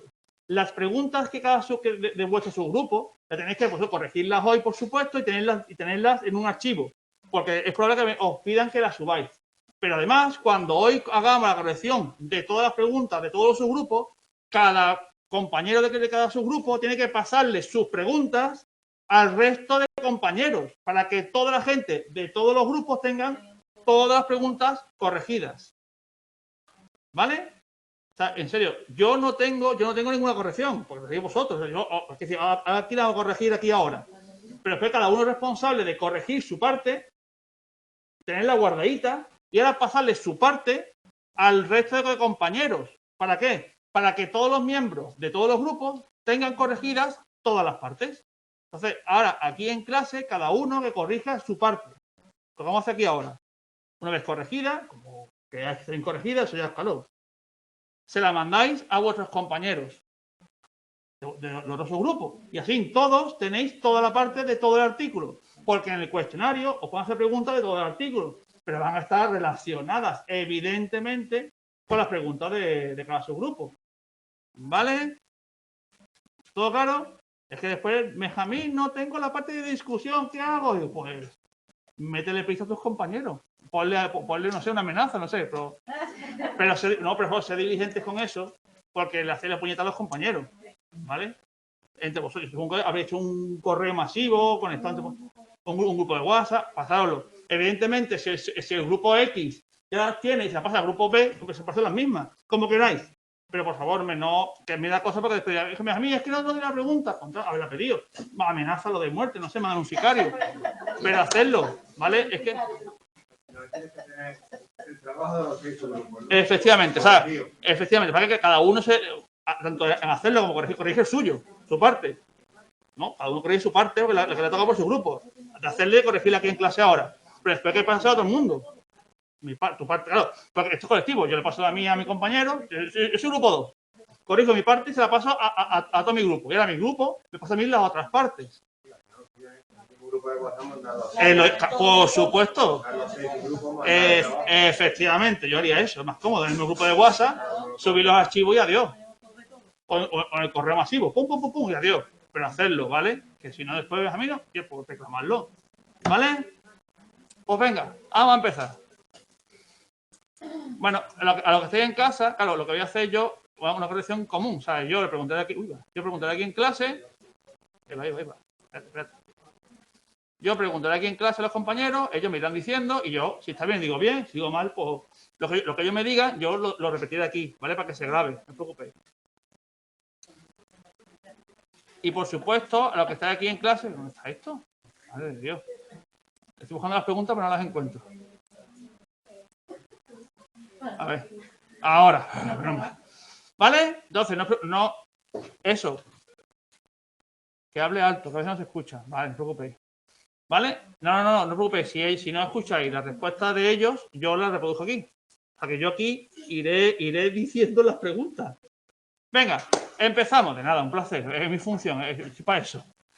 Es más, te he dicho, por favor, las preguntas en el chat, dejadlas para el final, ¿vale? Voy a intentar ir corrigiendo todo para que en la grabación esté toda la corrección, ¿vale? Y después ya, que sobran 15 minutos de dudas, ¿vale? Pero quiero que, que si no, sobre todo los que estáis en casa, a las 8 os echan. Entonces no quiero que os echen sin tener todo hecho, ¿vale? Nunca me lo he dicho. Venga, empezamos. Grupo 1. ¿A qué disciplina? Es muy fácil, ¿eh? ¿A qué disciplina de la psicobiología pertenece el trabajo? Venga, ¿qué me lo dice? Sin miedo. Psicología fisiológica. Muy buena respuesta. Como dice la compañera, la disciplina es psicología fisiológica. Muy bien. Muy bien también en el chat. Muy bien. En la que son rápidas de contestar lo puede poner en el chat. Mira, bien pensado. Mira, hoy están en casa perfecto. Yo no digo nada, ¿eh? Están siempre hoy en casa, ¿eh? Muy bien. Venga, ¿a qué área cerebral se estudia y por qué? Venga, grupo 1. ¿No hay grupo 1? Venga. Se estudia el cerebelo, la parte del vermis, que es una estructura estrecha y en forma de gusano entre los hemisferios del cerebelo, porque es el sitio de la terminación de las vías nerviosas que llevan la propiocepción inconsciente. Jolín. No sé, o sea, muy extenso, pero bien. Mira, más resumido, había puesto en el chat. Área cerebral que se estudia, vermis del cerebelo. Y el por qué, creo que la falta de la compañera, el por qué es porque puede regular el comportamiento agresivo. De hecho, el por qué es porque se ha demostrado, los estudios que hablan de introducción, ¿no?, que la vermis del cerebelo está implicada en funciones no motoras y concretamente en la conducta agresiva. ¿Vale? Pero en el chat lo han puesto muy bien. ¿No? Se estudia la vermis del cerebelo porque hay estudios que demuestran que está implicada la conducta agresiva. Por tanto, en funciones no motoras. Pero muy bien, muy bien la parte de explicación. Muy bien. Venga, ¿cuál es la hipótesis del trabajo? Venga. ¿La hipótesis? Sí. En la actividad de las células Purkinje, el vermis cerebeloso, que regula la agresión y respaldan la importancia del cerebelo en la conducción de conductas afectivas que podrían contribuir a los trastornos neurológicos. Bien, te has quedado a media. Les digo por qué. La hipótesis que tiene el artículo es que la actividad, muy bien el chat, la actividad de las células de Purkinje puede controlar bidireccionalmente la conducta agresiva. ¿Sí o no? Es lo que quieren saber, que la actividad de la célula de Purkinje en la vermis del cerebelo puede controlar bidireccionalmente la conducta agresiva. Por lo que es lo mismo. Activando la célula de Purkinje inhibimos la conducta agresiva. Inhibiendo la célula de Purkinje activamos la conducta agresiva. Eso es activación menos. ¿Vale? Eso es que la actividad de la célula de Purkinje, la vermis del cerebelo, controla bidireccionalmente la conducta agresiva. ¿Por qué? Porque lo que ellos hipotetizan es que activando la célula de Purkinje se inhibe o se suprime la conducta agresiva y inhibiendo la célula de Purkinje la activo bidireccionalmente. ¿Vale? O sea que no ibas mal, pero te ha faltado, como veis, esa última parte, la vinculación bidireccional. ¿Vale? Pero no ibas mal. Muy bien. Vale, ¿y cuál es el objetivo principal del trabajo? Venga. Sí, grupo 1. Demostrar que el cerebelo no solo desempeña funciones de equilibrio y motoras, sino también funciones más amplias como los comportamientos afectivos y cognitivos. También estás acerca, pero te falta más concreción. Me ha dicho, está puesto en el artículo. Es demostrar que la estimulación optogenética del acero de Purkinje del cerebelo controla la conducta agresiva, utilizando el procedimiento de residente intruso. Lo que he hecho ha sido, de memoria, traducirlo literal del artículo. Es así. Demostrar que la estimulación optogenética del acero de Purkinje, ¿no?, controla la conducta agresiva. Utilizando, en este caso, el procedimiento conductual del residente intruso. ¿Vale? Determinar el papel del cerebelo de regulación de la agresión mediante técnicas optogenéticas. Controladamente, vale, está bien, ¿vale? Lo que he puesto en el chat, pero te faltaría utilizando el procedimiento del residente intruso, ¿vale? Pero está bien en el chat, ¿vale? Muy bien, y por último, según los autores, ¿por qué es interesante realizar este experimento? Esto es muy rápido, ¿por qué? O sea, que la cuestión es ¿qué tiene de novedoso la optogenética? ¿Qué hace que no hacen las otras? Venga, si no lo digo yo, no pasa nada. Porque en experimento complementario la inhibición optogenética de la célula de Purkinje en la Vermi aumentó la frecuencia de los ataques. Estos resultados sugieren que la actividad de la célula de Purkinje en el Vermi cerebeloso regula la agresión y respaldan aún más la importancia del cerebelo en la conducción de conducta afectiva, que podrían contribuir a los trastornos neurológicos. Claro, tú te has ido ya a las futuras líneas, pero realmente eso no es el porqué. El porqué es por la en el chat, es porque es por la técnica en sí. Es porque la optogenética es muy selectiva. Porque la optogenética permite estimular selectivamente a la célula de Purkinje sin alterar ni a otras regiones del cerebelo ni a los circuitos. Ya está. O sea, si lo queréis, mira, como a mí me he puesto aquí en el chat, concreción, mira, de hecho, se puede responder así si queréis, concreción y selectividad. Porque lo que he ampliado, lo tenéis grabado, pues si os preguntan en el cuestionario, es porque la optogenética es una técnica específica que estimula de forma específica a de Purkinje sin alterar ni otras regiones del cerebelo ni los circuitos, que no es poco, que no es poco. Ese es el motivo, o sea, de hecho es lo novedoso de la técnica, que es selectiva. Si lo queréis menos ampliado, eso lo he puesto en el chat. Selectividad y concreción, menos invasiva, claro. No, eres selectivo nada más que para eso. ¿Entendéis eso? Es que es por eso usa esa técnica y no otra. De hecho, lo explican en la introducción, ¿no? Que por eso no usan lesiones o inactivaciones, que son como más groseras, ¿no? Selectividad y concreción, mira, me ha gustado del chat. Menos invasiva. ¿Vale? Porque es una estimulación concreta de las Purkinje, sin alterar nada más. Esa es la explicación, no hay más. ¿Vale? Y con esto y con bizcocho, otra vez, ¿qué estoy haciendo hoy? El grupo 1 ventilado, ¿vale? Como podéis ver es pam, pam, pam. No hay ¿vale? No hay que extenderse mucho. Venga, grupo 2, 3, 4. Venga, el grupo 2. La optogenética. ¿Qué me la explica? No la explico yo, Como podéis ver, mi intención es que esté explicado aquí en clase. Pero que no sea aquí un monólogo mío. No es la idea. Venga, aquel grupo 2 que se atreva. A la de 1. Venga, seguimos.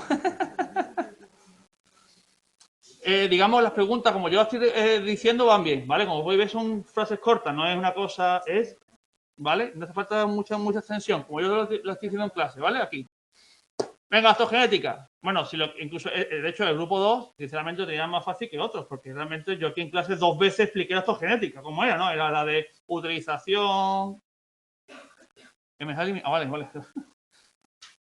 Permite controlar muy precisa la actividad de un grupo de neuronas. Muy bien, vale, mira, pues bien, eso, que es la utilización de opsinas, que sale de un alga, que es una proteína, que es capaz de controlar, que se activa con la luz y además es un canal iónico, ¿no? Entonces, lo que hacen en este artículo concreto es utilizar dos opsinas concretas, ¿no? La chanerrodosina y la losrodosina. ¿Por qué? Porque la chanerrodosina es una opsina excitatoria, que decir que cuando se activa, produce excitación en la célula en la que está, y la losrodosina es una opsina inhibitoria, que cuando se activa, inhibe la célula en la que está, ¿no? Y lo que hacen es que a través de un transgénico, pues, introducen estas opsinas, la chanerrodosina la alorrodosina en la celeporquinge de la vermis, ¿sí o no? Lo que hacen en el artículo, no hace más nada. Y después si queréis, podéis explicar un poquito, pero no hace sale, no hace falta, ¿eh? Oye, pues cómo implantan la luz, ¿no? Para iluminar las osinas, pero realmente lo importante es que entendáis que expliquéis que como bien he puesto ahí en el chat, es una técnica que utiliza las opsinas, que es una proteína que se activa mediante la luz, a una luz concreta, una luz muy concreta, un color concreto de luz, ¿no? Y que además es un canal iónico, por lo tanto su activación produce un cambio en la célula en la que está. Y hay osinas cidatoria e inhibitoria. En el artículo utilizan dos, la chanelrodosina, que es cidatoria, y la alorrodosina, que es inhibitoria. O sea, cuando se activa la chanelrodosina, produce excitación en la célula que está, y cuando se activa la alorrodosina, inhibición. Y lo que hace que mediante un transgénicos introducen estas dos opsinas en ratones en su célula Purkinje del cerebelo. ¿Sí o no? Ya está. No hace mucho más. ¿Vale? El grupo 2 es esto. Como podéis ver, es un grupo más blandito, yo lo reconozco. Y además, porque tenéis mis explicaciones de cuando lo expliqué en clase, cómo funciona la astrogenética, ¿no? Como las de luz. No hay mucho más. O sea, en serio, si os preguntan sobre esto y ponéis eso, yo lo voy a dar por bueno, que se me corrige al fin y al cabo.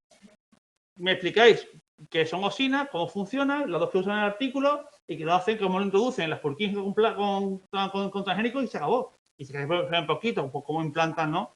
El haz de luz en el cráneo, para si queréis. Pero lo importante es que entendéis eso, que lo que es una osina. ¿Vale? Venga, empezamos con los grupos más dificilillos, lo reconozco. Estos tres eran más complejillos. Venga, el grupo 3, si recordáis, lo vamos a hacer como muy parecido, algunos en conjunto, ¿vale? Para ganar tiempo. El grupo 3, ¿vale? Que era el grupo encargado de la electrofisiología in vitro, no podía responder esta pregunta. ¿Por qué? Porque en los experimentos de electrofisiología no hay conducta, ¿estamos de acuerdo? Si no hay conducta, o sea, que si en las dos intervenciones que vimos en clase, que eran somático-conductuales, hacía falta medir conducta para poder hacer intervención, ¿no? ¿Sí o no? Porque en una manipulaba una cosa, ¿no? Entonces, en la in vitro, como no hay conducta, no hay intervención. Entonces, el grupo 3, esta pregunta no puede responderla, porque es que no hay conducta. Al fin y al cabo, el experimento de electrofisiología es un experimento que es comprobatorio, de hecho. Entonces, esa pregunta o la ahorráis, ¿vale? Eso lo ganáis. Pregunta 4. Venga, segunda pregunta. Es así. Para el grupo 3, ¿vale? El de la electrofisiología in vitro. ¿Cuáles son las variables dependientes e independientes? Venga, ¿qué me las dice? ¿Quién se atreve? Voluntario, voluntaria. Mira, mientras espero, voy a sacar la lista de clase, ¿vale? No hay nadie se atreve. Soy un poquito... Yo lo he hecho, pero no sé si está bien. No pasa nada, dímelo. La variable independiente por los ratones y la dependiente de la autogenética. Vale, pero es normal, que no es fácil, no es fácil. No estaba tan claro, lo he leído 20 veces Y no. Vale. Porque ¿sabes por qué? Porque estas preguntas no es tanto de leerte, no están en artículos, es de interpretar. Pero mira, en el chat lo están aceptando ya. Pone la dependiente, la tasa de disparo de ACV de Purkinje. Y la independiente, luz sí o luz no. Independiente, la célula, dependiente de intervención. Dependiente, la vermis. Uy, había acercado. Lo explico aquí. Pero mira, bien, conducta independiente. No, aquí no hay conducta. La independiente, y os dije, en estos casos, en estos experimentos son tan concretitos, las variables independientes no son los animales, son las células, porque es donde tú intervienes, ¿sí o no? Entonces, para el grupo, hago el spoiler, para los grupos 3, 4 y 5, la variable independiente siempre es la misma, que es estimulación de la chanelrodosina o estimulación de la alorrodosina, ¿sí o no? Si veis la gráfica de resultados, hay dos columnas, ¿no? Las gráficas cuando estimulo la chanelrodosina y las gráficas cuando estimulo la alorrodosina, ¿no? Son mis dos variables independientes. Estimular o lo que no, activar a la Purkinje con la chanelrodosina o inhibir a la Purkinje con la alorrodosina, ¿sí o no? Diréis, tú dígame a mí, yo te creo, si os ve la cara. Entonces, la variable independiente para los grupos 3, 4 y 5, ¿vale? Para todos los experimentos es la misma. Estimulación o no de la channel rodosina. Channel rodosina. Sí, channel rodosina. O de la alorrodosina. ¿Vale? Grupos 3, 4 y 5, esa es su muestra independiente. Estimulación o no de la channel rodosina y de la alorrodosina. Con una activamos y con la otra inhibimos. ¿Así? Channel rodoxina y Voy a escribir aquí. Tienes razón, señor. además para traducir eso en inglés Ya.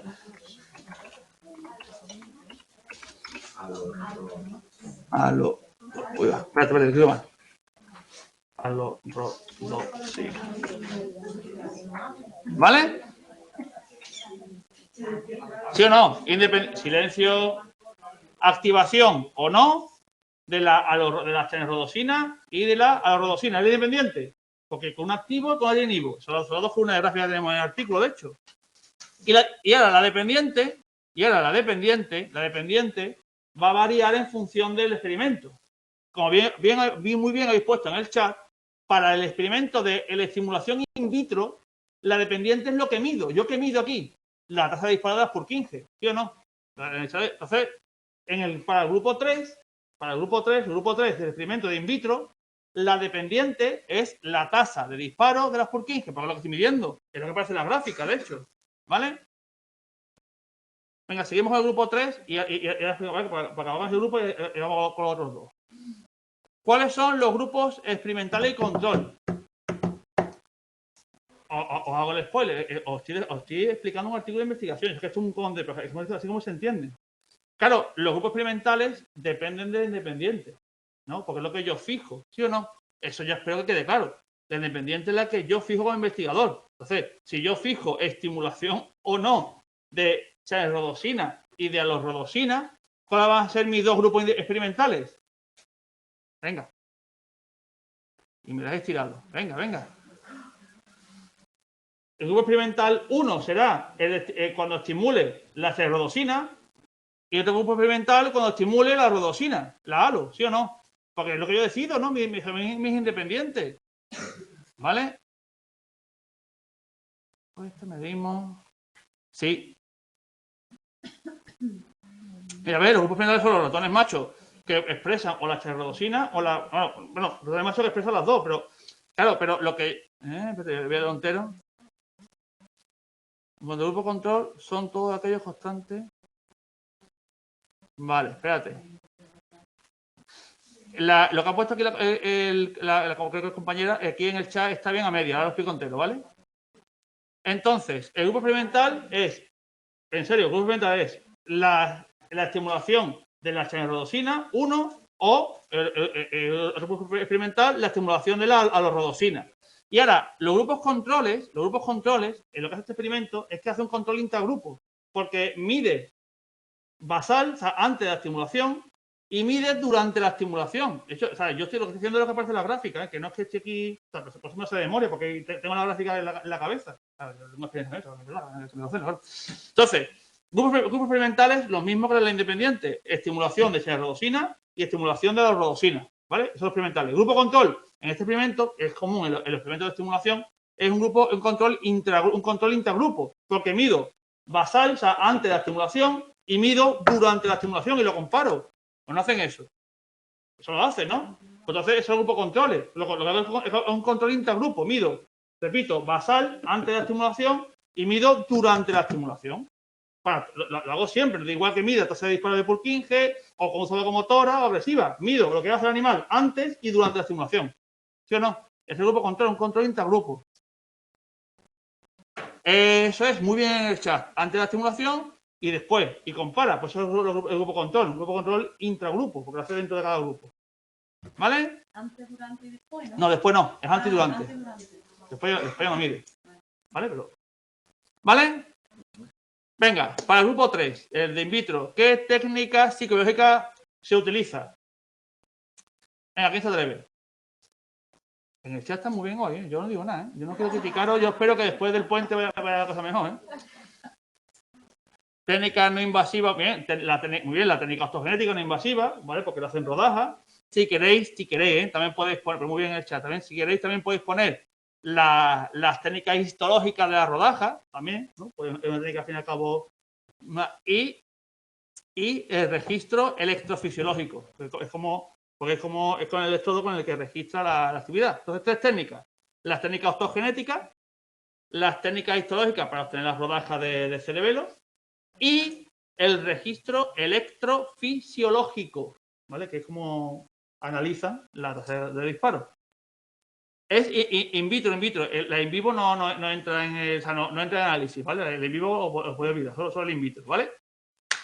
Venga, y ahora los parámetros los voy a decir yo porque veo que si no vamos quizás hasta mañana y hay que avanzar.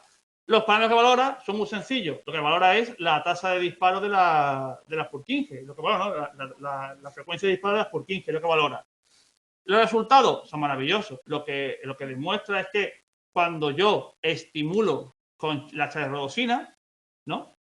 Se activa significativamente la Purkinje porque aumenta el tasa de disparo.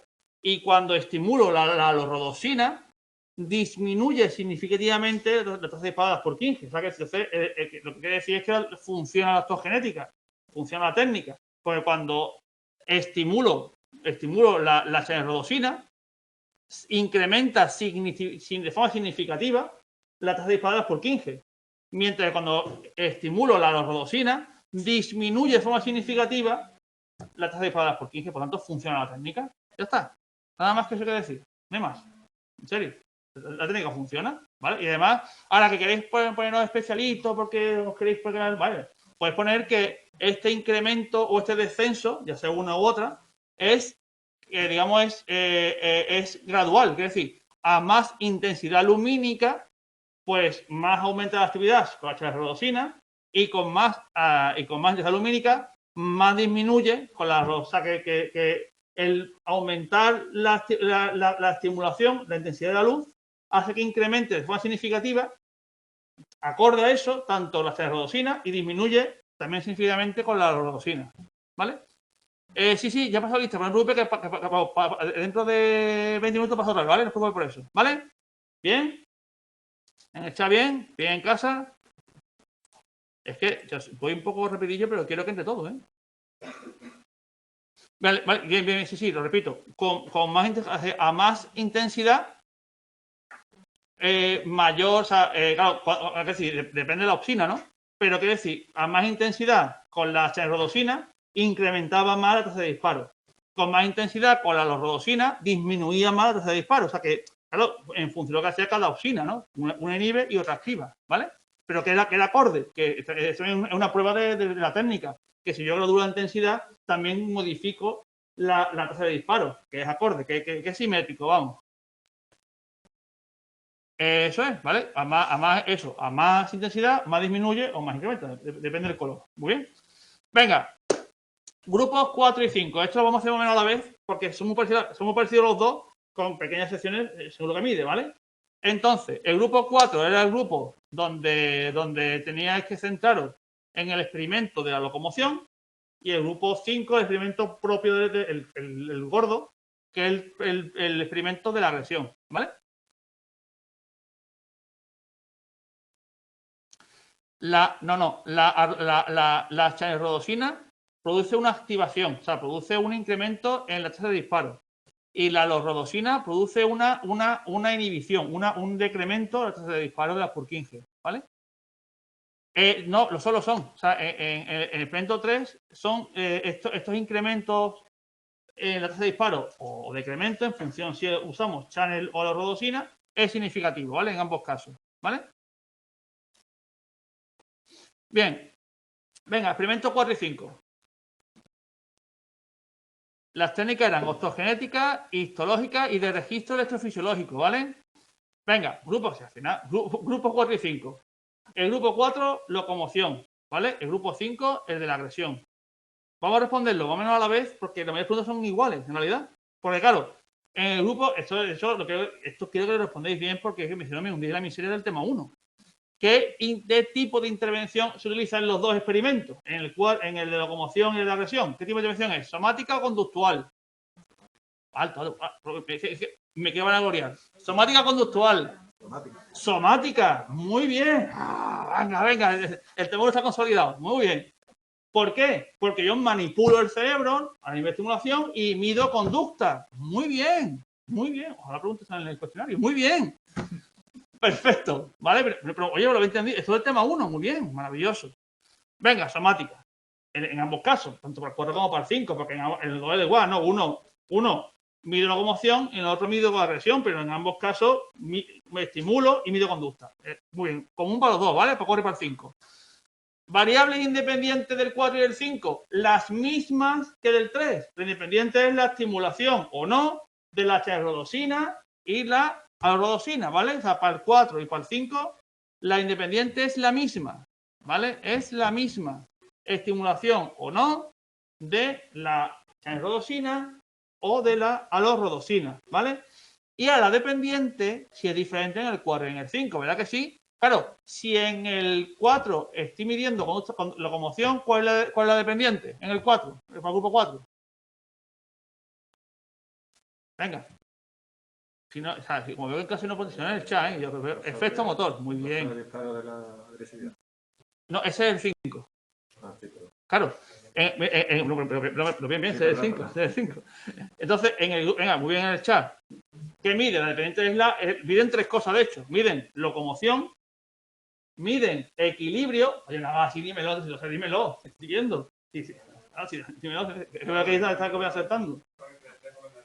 Bueno, no pasa nada.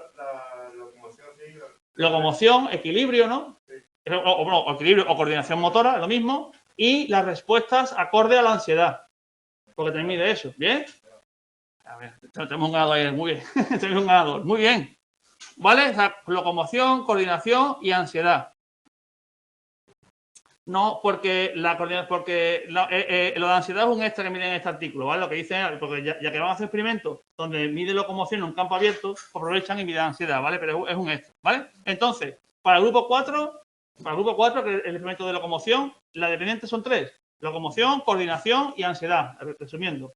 Y para el grupo 5, el experimento de agresión, como ha dicho aquí el compañero, miden la agresión y las conductas sociales. ¿Sí o no? ¿Sí o no? ¿Aquí el grupo 5? No. Bueno, sí, vale. Gracias, chat. Vamos, gracias, chat. Muy bien, ¿vale? Entonces, la independiente es igual que en el grupo 3, la misma, ¿vale? Estimulación o no de cherrodosina o alrodosina. Para el grupo 4, la dependiente es locomoción, coordinación y ansiedad. Para el grupo 5, conducta agresiva o agresión y las conductas sociales o interacción social. ¿Vale? Seguimos. Grupos experimentales y grupo control, los mismos que el experimento 3, los mismos, porque es el mismo experimento, es lo mismo. Grupos experimentales, pues la estimulación de la cherrodosina o la estimulación de la alorrodosina. Grupos control, intragrupo midiendo antes y durante. Porque el mismo experimento, siempre lo mismo en realidad, te dais cuenta, ¿vale? No es difícil. ¿Vale? O sea, los grupos experimentales para los grupos 4 y 5 son los mismos que hemos hablado para el grupo 3, los mismos, porque el experimento experimental, estimulación de alrodosina o cherrodosina, grupo control, un intragrupo que miden basal, o sea, antes de la estimulación y durante de la estimulación. No. El grupo control es un grupo control intragrupo, repito, grupo control intragrupo, donde miden la actividad, en este caso la conducta, antes de la estimulación, porque mismo basal, y durante la estimulación. ¿Vale? Técnica psicobiológica, evidentemente, lo digo yo porque si no, digo yo, al final es una corrección, al final estoy poniendo la práctica, lo venga, no me eche equipo docente. Las técnicas optogenéticas, por supuesto, optogenéticas, siempre hay optogenética porque es lo que utiliza, y ahora las técnicas conductuales que usen en cada experimento. Entonces, los que tenéis el grupo 4, en las técnicas tenéis que decir las técnicas, pues para el de la coordinación utiliza un rotoscopio para medir la coordinación motora, y para la locomoción y para la ansiedad utilizan el campo abierto, ¿no? ¿Sí o no? Varilla, muy bien, oye, muy bien el chat. Varilla y campo abierto. La varilla es el rotoscopio, o varilla, me vale, ¿eh? Acepto pulpo. Me vale varilla. Y el campo abierto, ¿no? Para medir tanto la locomoción como el tema de la ansiedad. Muy bien, muy bien. Y ahora, eso para el grupo 4. Para el grupo 5, que es el de la agresión, por supuesto, la técnica también, la genética, pues esto es común a todos. Y la técnica conductual es la de, muy bien, el intruso residente. Si queréis, os explico un poquito en qué consiste, ¿no? Que primero tienen a los machos, primero los tienen con las hembras para que se puedan aparear, después los pasan a una cajita experimental y ahí lo enfrentan contra otro macho para que muestre la conducta agresiva. ¿Vale? Lo puedo explicar un poquito.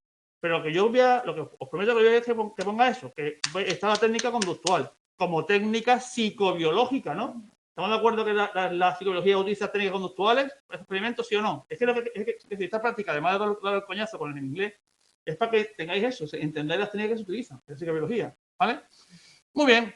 Venga, y ya para acabar con estos dos subgrupos, el 4 y el 5, ya por separado, los parámetros que valen en cada caso y los resultados que obtienen, ¿vale? Os lo digo yo. Bueno, sí, pasa más rápido. Y por supuesto en el chat me podéis escribir, porque aquí veo que no en el chat, lo voy a escribir. Aquí en el grupo 4 y el grupo 5 tengo mucha vergüenza, no pasa nada. Entonces, los parámetros, ¿vale? En el grupo 4, ¿qué mide? Mide la coordinación motora, evidentemente, ¿no? Mide la distancia recorrida, la locomoción y el tiempo de permanencia en el centro para la ansiedad. Lo que mide. ¿Qué le sale? Pues le salen que uno, para el tema del equilibrio, dice que no hay diferencia significativa en la coordinación motora, ni estimulando con la rodosina, ni estimulando la rodosina. Es decir, que los ratones no pierden coordinación motora al estimular ni una opsina ni la otra, ¿vale? Con respecto al campo abierto, lo mismo. Te dicen que no hay diferencias significativas en la distancia recorrida, la locomoción, ni estimulando la rodosina, ni estimulando la rodosina.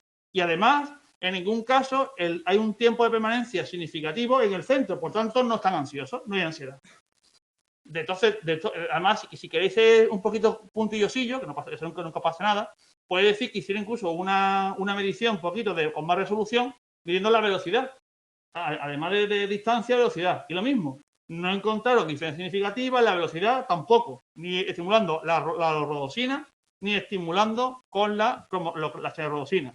Por tanto, el resultado principal que es que la estimulación optogenética con rodosina y con alorrodosina no produce déficit en la motor, en lo motor.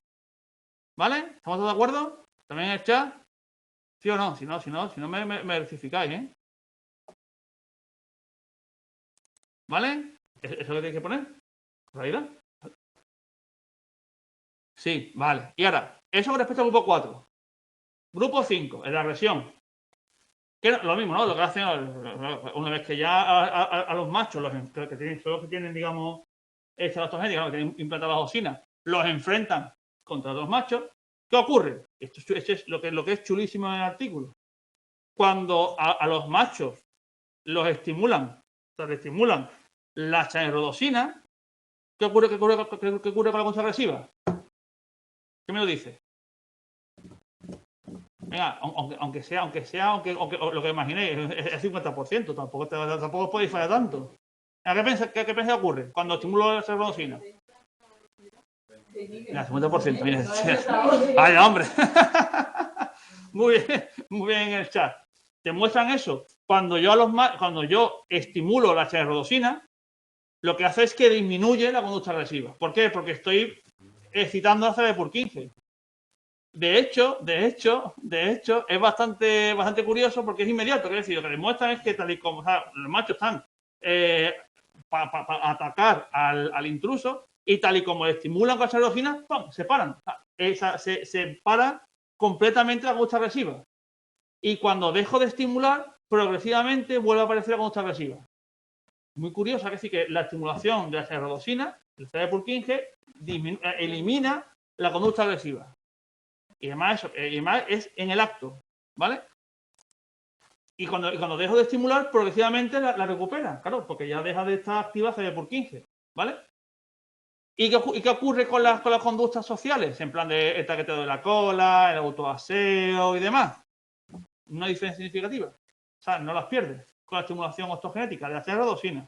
¿Vale? O sea, que fijaros, la estimulación de HRO-rodosina lo que hace es que estimula el Purkinje, inhibe la conducta agresiva, pero no las conductas sociales. O sea, los animales siguen teniendo conductas sociales de traqueteo de la cola, el autoaseo y demás, ¿no? También lo miden como parámetro, ¿vale? De la conducta agresiva. ¿Qué ocurre cuando estimulo con la lorrodosina, que es la inhibitoria? ¿Qué ocurre con la conducta agresiva entonces? ¿Aumenta o disminuye? ¿Qué pensáis? Aumenta, justo lo contrario, efectivamente. Cuando estimulo la lorrodosina, que es la opción, inhibo el Purkinje y aumenta los ataques, aumenta la conducta agresiva. Pero disminuyen las conductas sociales. Aquí sí lo altera. O sea, se ponen agresivos y ya no, claro, pero por supuesto, no están para hacer amigos, están no es que para atacar al ratón intruso. ¿Veis? Chulísimo. O sea, que decir, estimulando la HRO-rodosina, que excita a Purkinje, inhibo la conducta, además la apago, la conducta agresiva y mantengo las sociales. Cuando estimulo con la lorrodosina, que es la inhibitoria, inhibo a Purkinje, activo la agresividad y más automático a la agresividad y elimino o disminuyo todo significativo la conducta social. ¿Vale? ¿Esos son los resultados? Por tanto, hay un cambio bidireccional, ¿no? De la conducta agresiva en función si estimulo o inhibo a las Purkinje del cerebelo, de la arritmia del cerebelo. ¿Vale? Bien. Esos son los resultados del grupo 5, no hay más. Eso tenéis que tener vosotros en la cabeza y escrito, y si no, transcrito mañana o pasado cuando escuché la grabación. ¿Vale? Pero aparte de la práctica, ¿lo entendéis? Es decir, no es todo el rollo, porque no lo entendáis que veáis por qué. Sí, vale. No la pasa, la pasa menos 10, ¿vale? Para estar seguro que la pasa justo a final de clase, ¿vale? Sí, pero venga, vale, pues al final me pliego a vuestros deseos, ¿eh? Venga, ya le he pasado. Vale. No, sin ningún problema. ¿Vale? ¿Están claros? De momento están claros los grupos. ¿Sabéis los grupos después en casa o lo tenéis que corregir de cada grupo? ¿Hasta ahora? Venga, sí. Vale, espero que sea así. Venga, último ya. Venga, menos cuarto, que al final vamos a acabar hasta las 8. Venga.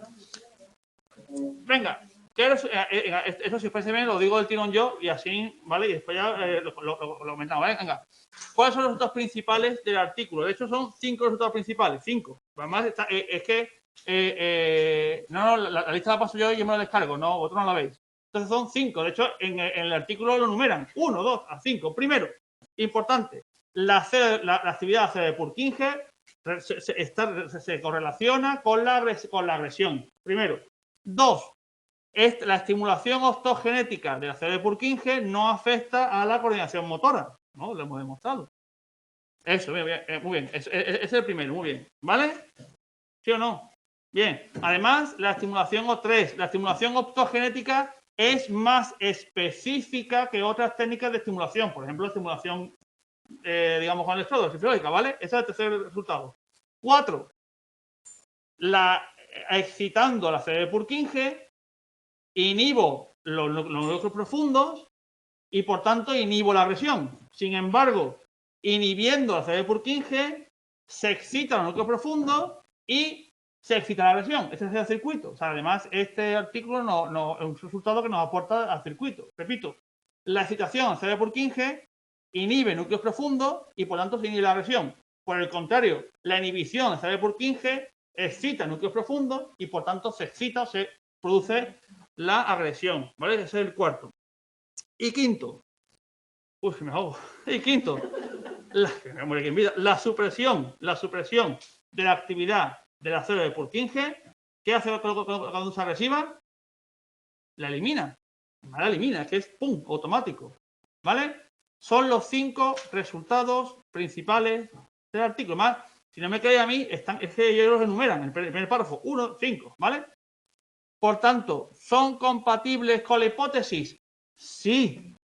Sí, ellos quieren demostrar si había un control bidireccional de la de la actividad de la agresión con la actividad Purkinje de la Vermis y se confirma, ¿no? Porque la actividad excitando o inhibiendo la Purkinje puedo aumentar o disminuir la agresión, ¿vale? ¿Cómo discuten los autores los dos afirmativos? Pues básicamente que la estimulación del ácido de Purkinje de la Vermis y del cerebelo es suficiente para controlar la conducta agresiva. Lo que ellos dicen, una frase, lo ponen ahí. Ahora dice, ¿cómo discuten los que no cuadran? Claro, lo que ellos en la introducción os hablan de cuando se elimina toda la Vermis, todo, también se elimina la conducta agresiva. Claro, pero cuando elimino, lo que dice, claro, pero la lesión es muy grosera. Porque la lesión de la Vermis, le quito todo, quito Purkinje núcleo profundo. Claro, es normal que elimine la agresión porque me lo llevo todo. Por eso, claro, estos resultados no son compatibles con los de lesión. Porque la lesión es grosera, la lesión lo quita todo. Mientras que esto es más específico, solamente, claro, muy invasiva, efectivamente. Entonces, claro, es normal que quite la agresión, es que lo quito todo. Pero esto es más específico, solo estoy estimulando a las Purkinje y dejo intacto los núcleos profundos, que es más específico, ¿no? Es como ellos discuten el por qué es incompatible con el estudio de lesión, que también elimina la agresión, ¿no? Y ahora, las dos últimas preguntas, en serio, aquí yo soy muy blandito, es decir, me explico. ¿Crees que este estudio tiene aplicaciones especiales de algún tipo, sí o no? ¿Qué pensáis? Sí. La respuesta es sí. La respuesta es sí, por favor. ¿Por qué? Porque el estudio, esa es mi opinión personal, lo podéis apuntar y no pasa nada, es que el estudio genera un modelo genético para estudiar los circuitos de la agresión en el cerebelo. Porque puedo controlar de forma selectiva tipos celulares concretos. Entonces, sí tiene aplicaciones futuras. Tanto así que ya ellos generan un modelo genético para poder estudiar las bases neurales de agresión en el cerebelo. Porque puedo controlar cada uno de los componentes de forma automática, de forma específica. O sea, puedo jugar con interruptores, las Purkinje, otro profundo, donde yo quiera. ¿Vale? Entonces, sí tiene aplicaciones prácticas debido a eso, a que los autores han creado un modelo genético útil para seguir indagando, estudiando los circuitos de la agresión en el cerebelo. Por tanto, a un experimento para continuar. Yo aquí, si lo preguntan en el cuestionario, mientras sea medio lógico, lo doy por bueno, pero oye, lo normal sería, seguir indagando en el circuito, por ejemplo, os regalo, que yo pondría pues seguir indagando en el circuito de la agresión, pero con otras regiones cerebrales. Eso está puesto también en el PDF, el PPT que usé hace 2 semanas, está puesto ahí. Por ejemplo, el hipocampo, la amígdala, son otras regiones que también están implicadas en la agresión. Pues ver cómo se interconectan esas regiones cerebrales con el cerebelo, por ejemplo. Indagar más en el circuito. Otro, pues puede trabajar también a mejor utilizar esto para otros comportamientos. Estudiar la ansiedad, estudiar la depresión, estudiar incluso a lo mejor respuestas motoras también, ¿por qué no? O sea, ampliar el modelo para otras conductas. ¿Me vale? Efectivamente, o para otra conducta, exacto, muy bien. Como podéis ver, me valen muchas respuestas posibles. ¿Vale? Dudas, preguntas, aclaraciones, tiempo récord, 10 minutos, casi muere el intento, no lo he conseguido. Disculpa. Dime. Perdona, es que para entenderlo bien. Me he perdido en algún momento entre el inglés y que no sé. Ningún problema. La estimulación es autogenética. Sí. Sobre todo para la conducta de agresividad y otras. Pero físicamente, para entenderlo bien, ¿cómo se hace que estimular autogenéticamente una a otra? Que no, de hecho, es buena pregunta. Claro, la pregunta que me en clase, claro. Pero realmente físicamente, ¿cómo estimulan una opsina y la otra no? Lo hacen porque cada opsina es sensible a una longitud de onda, a un color de luz. Entonces, una opsina es sensible al color verde y la otra al color azul-violeta.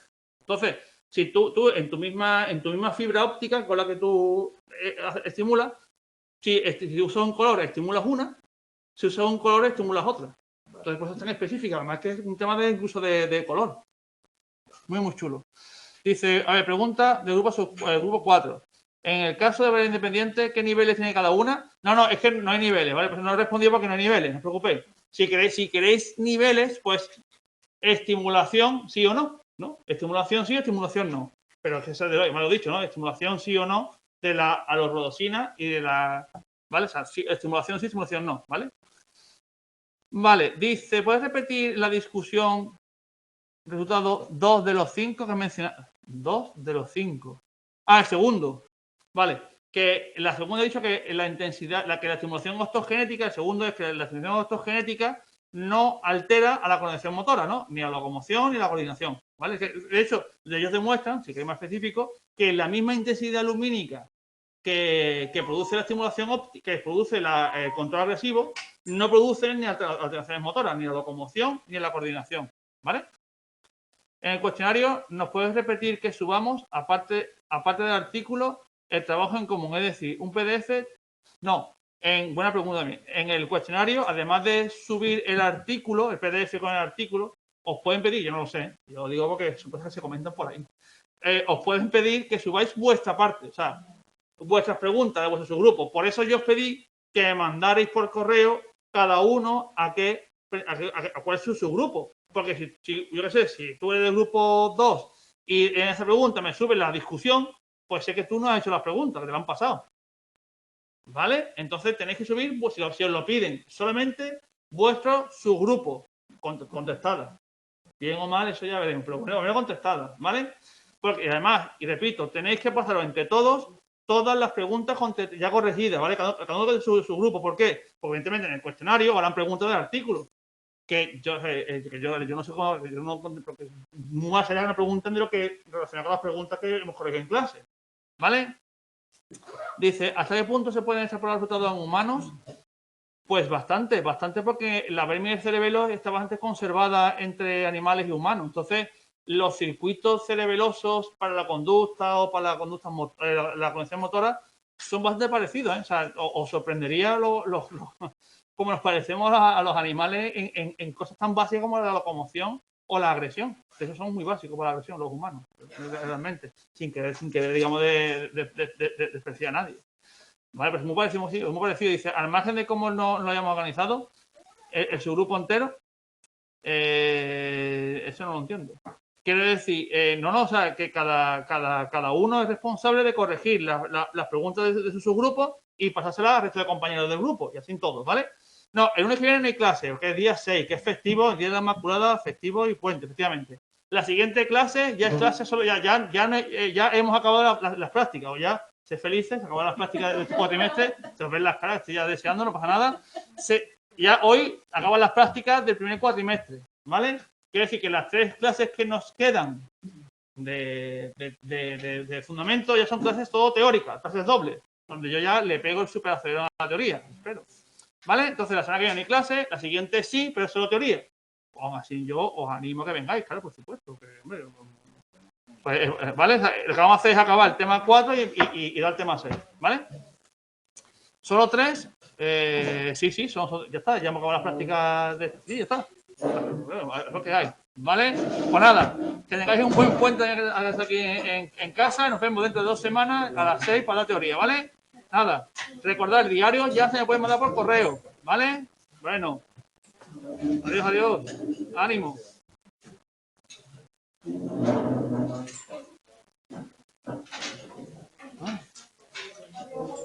Buen puente.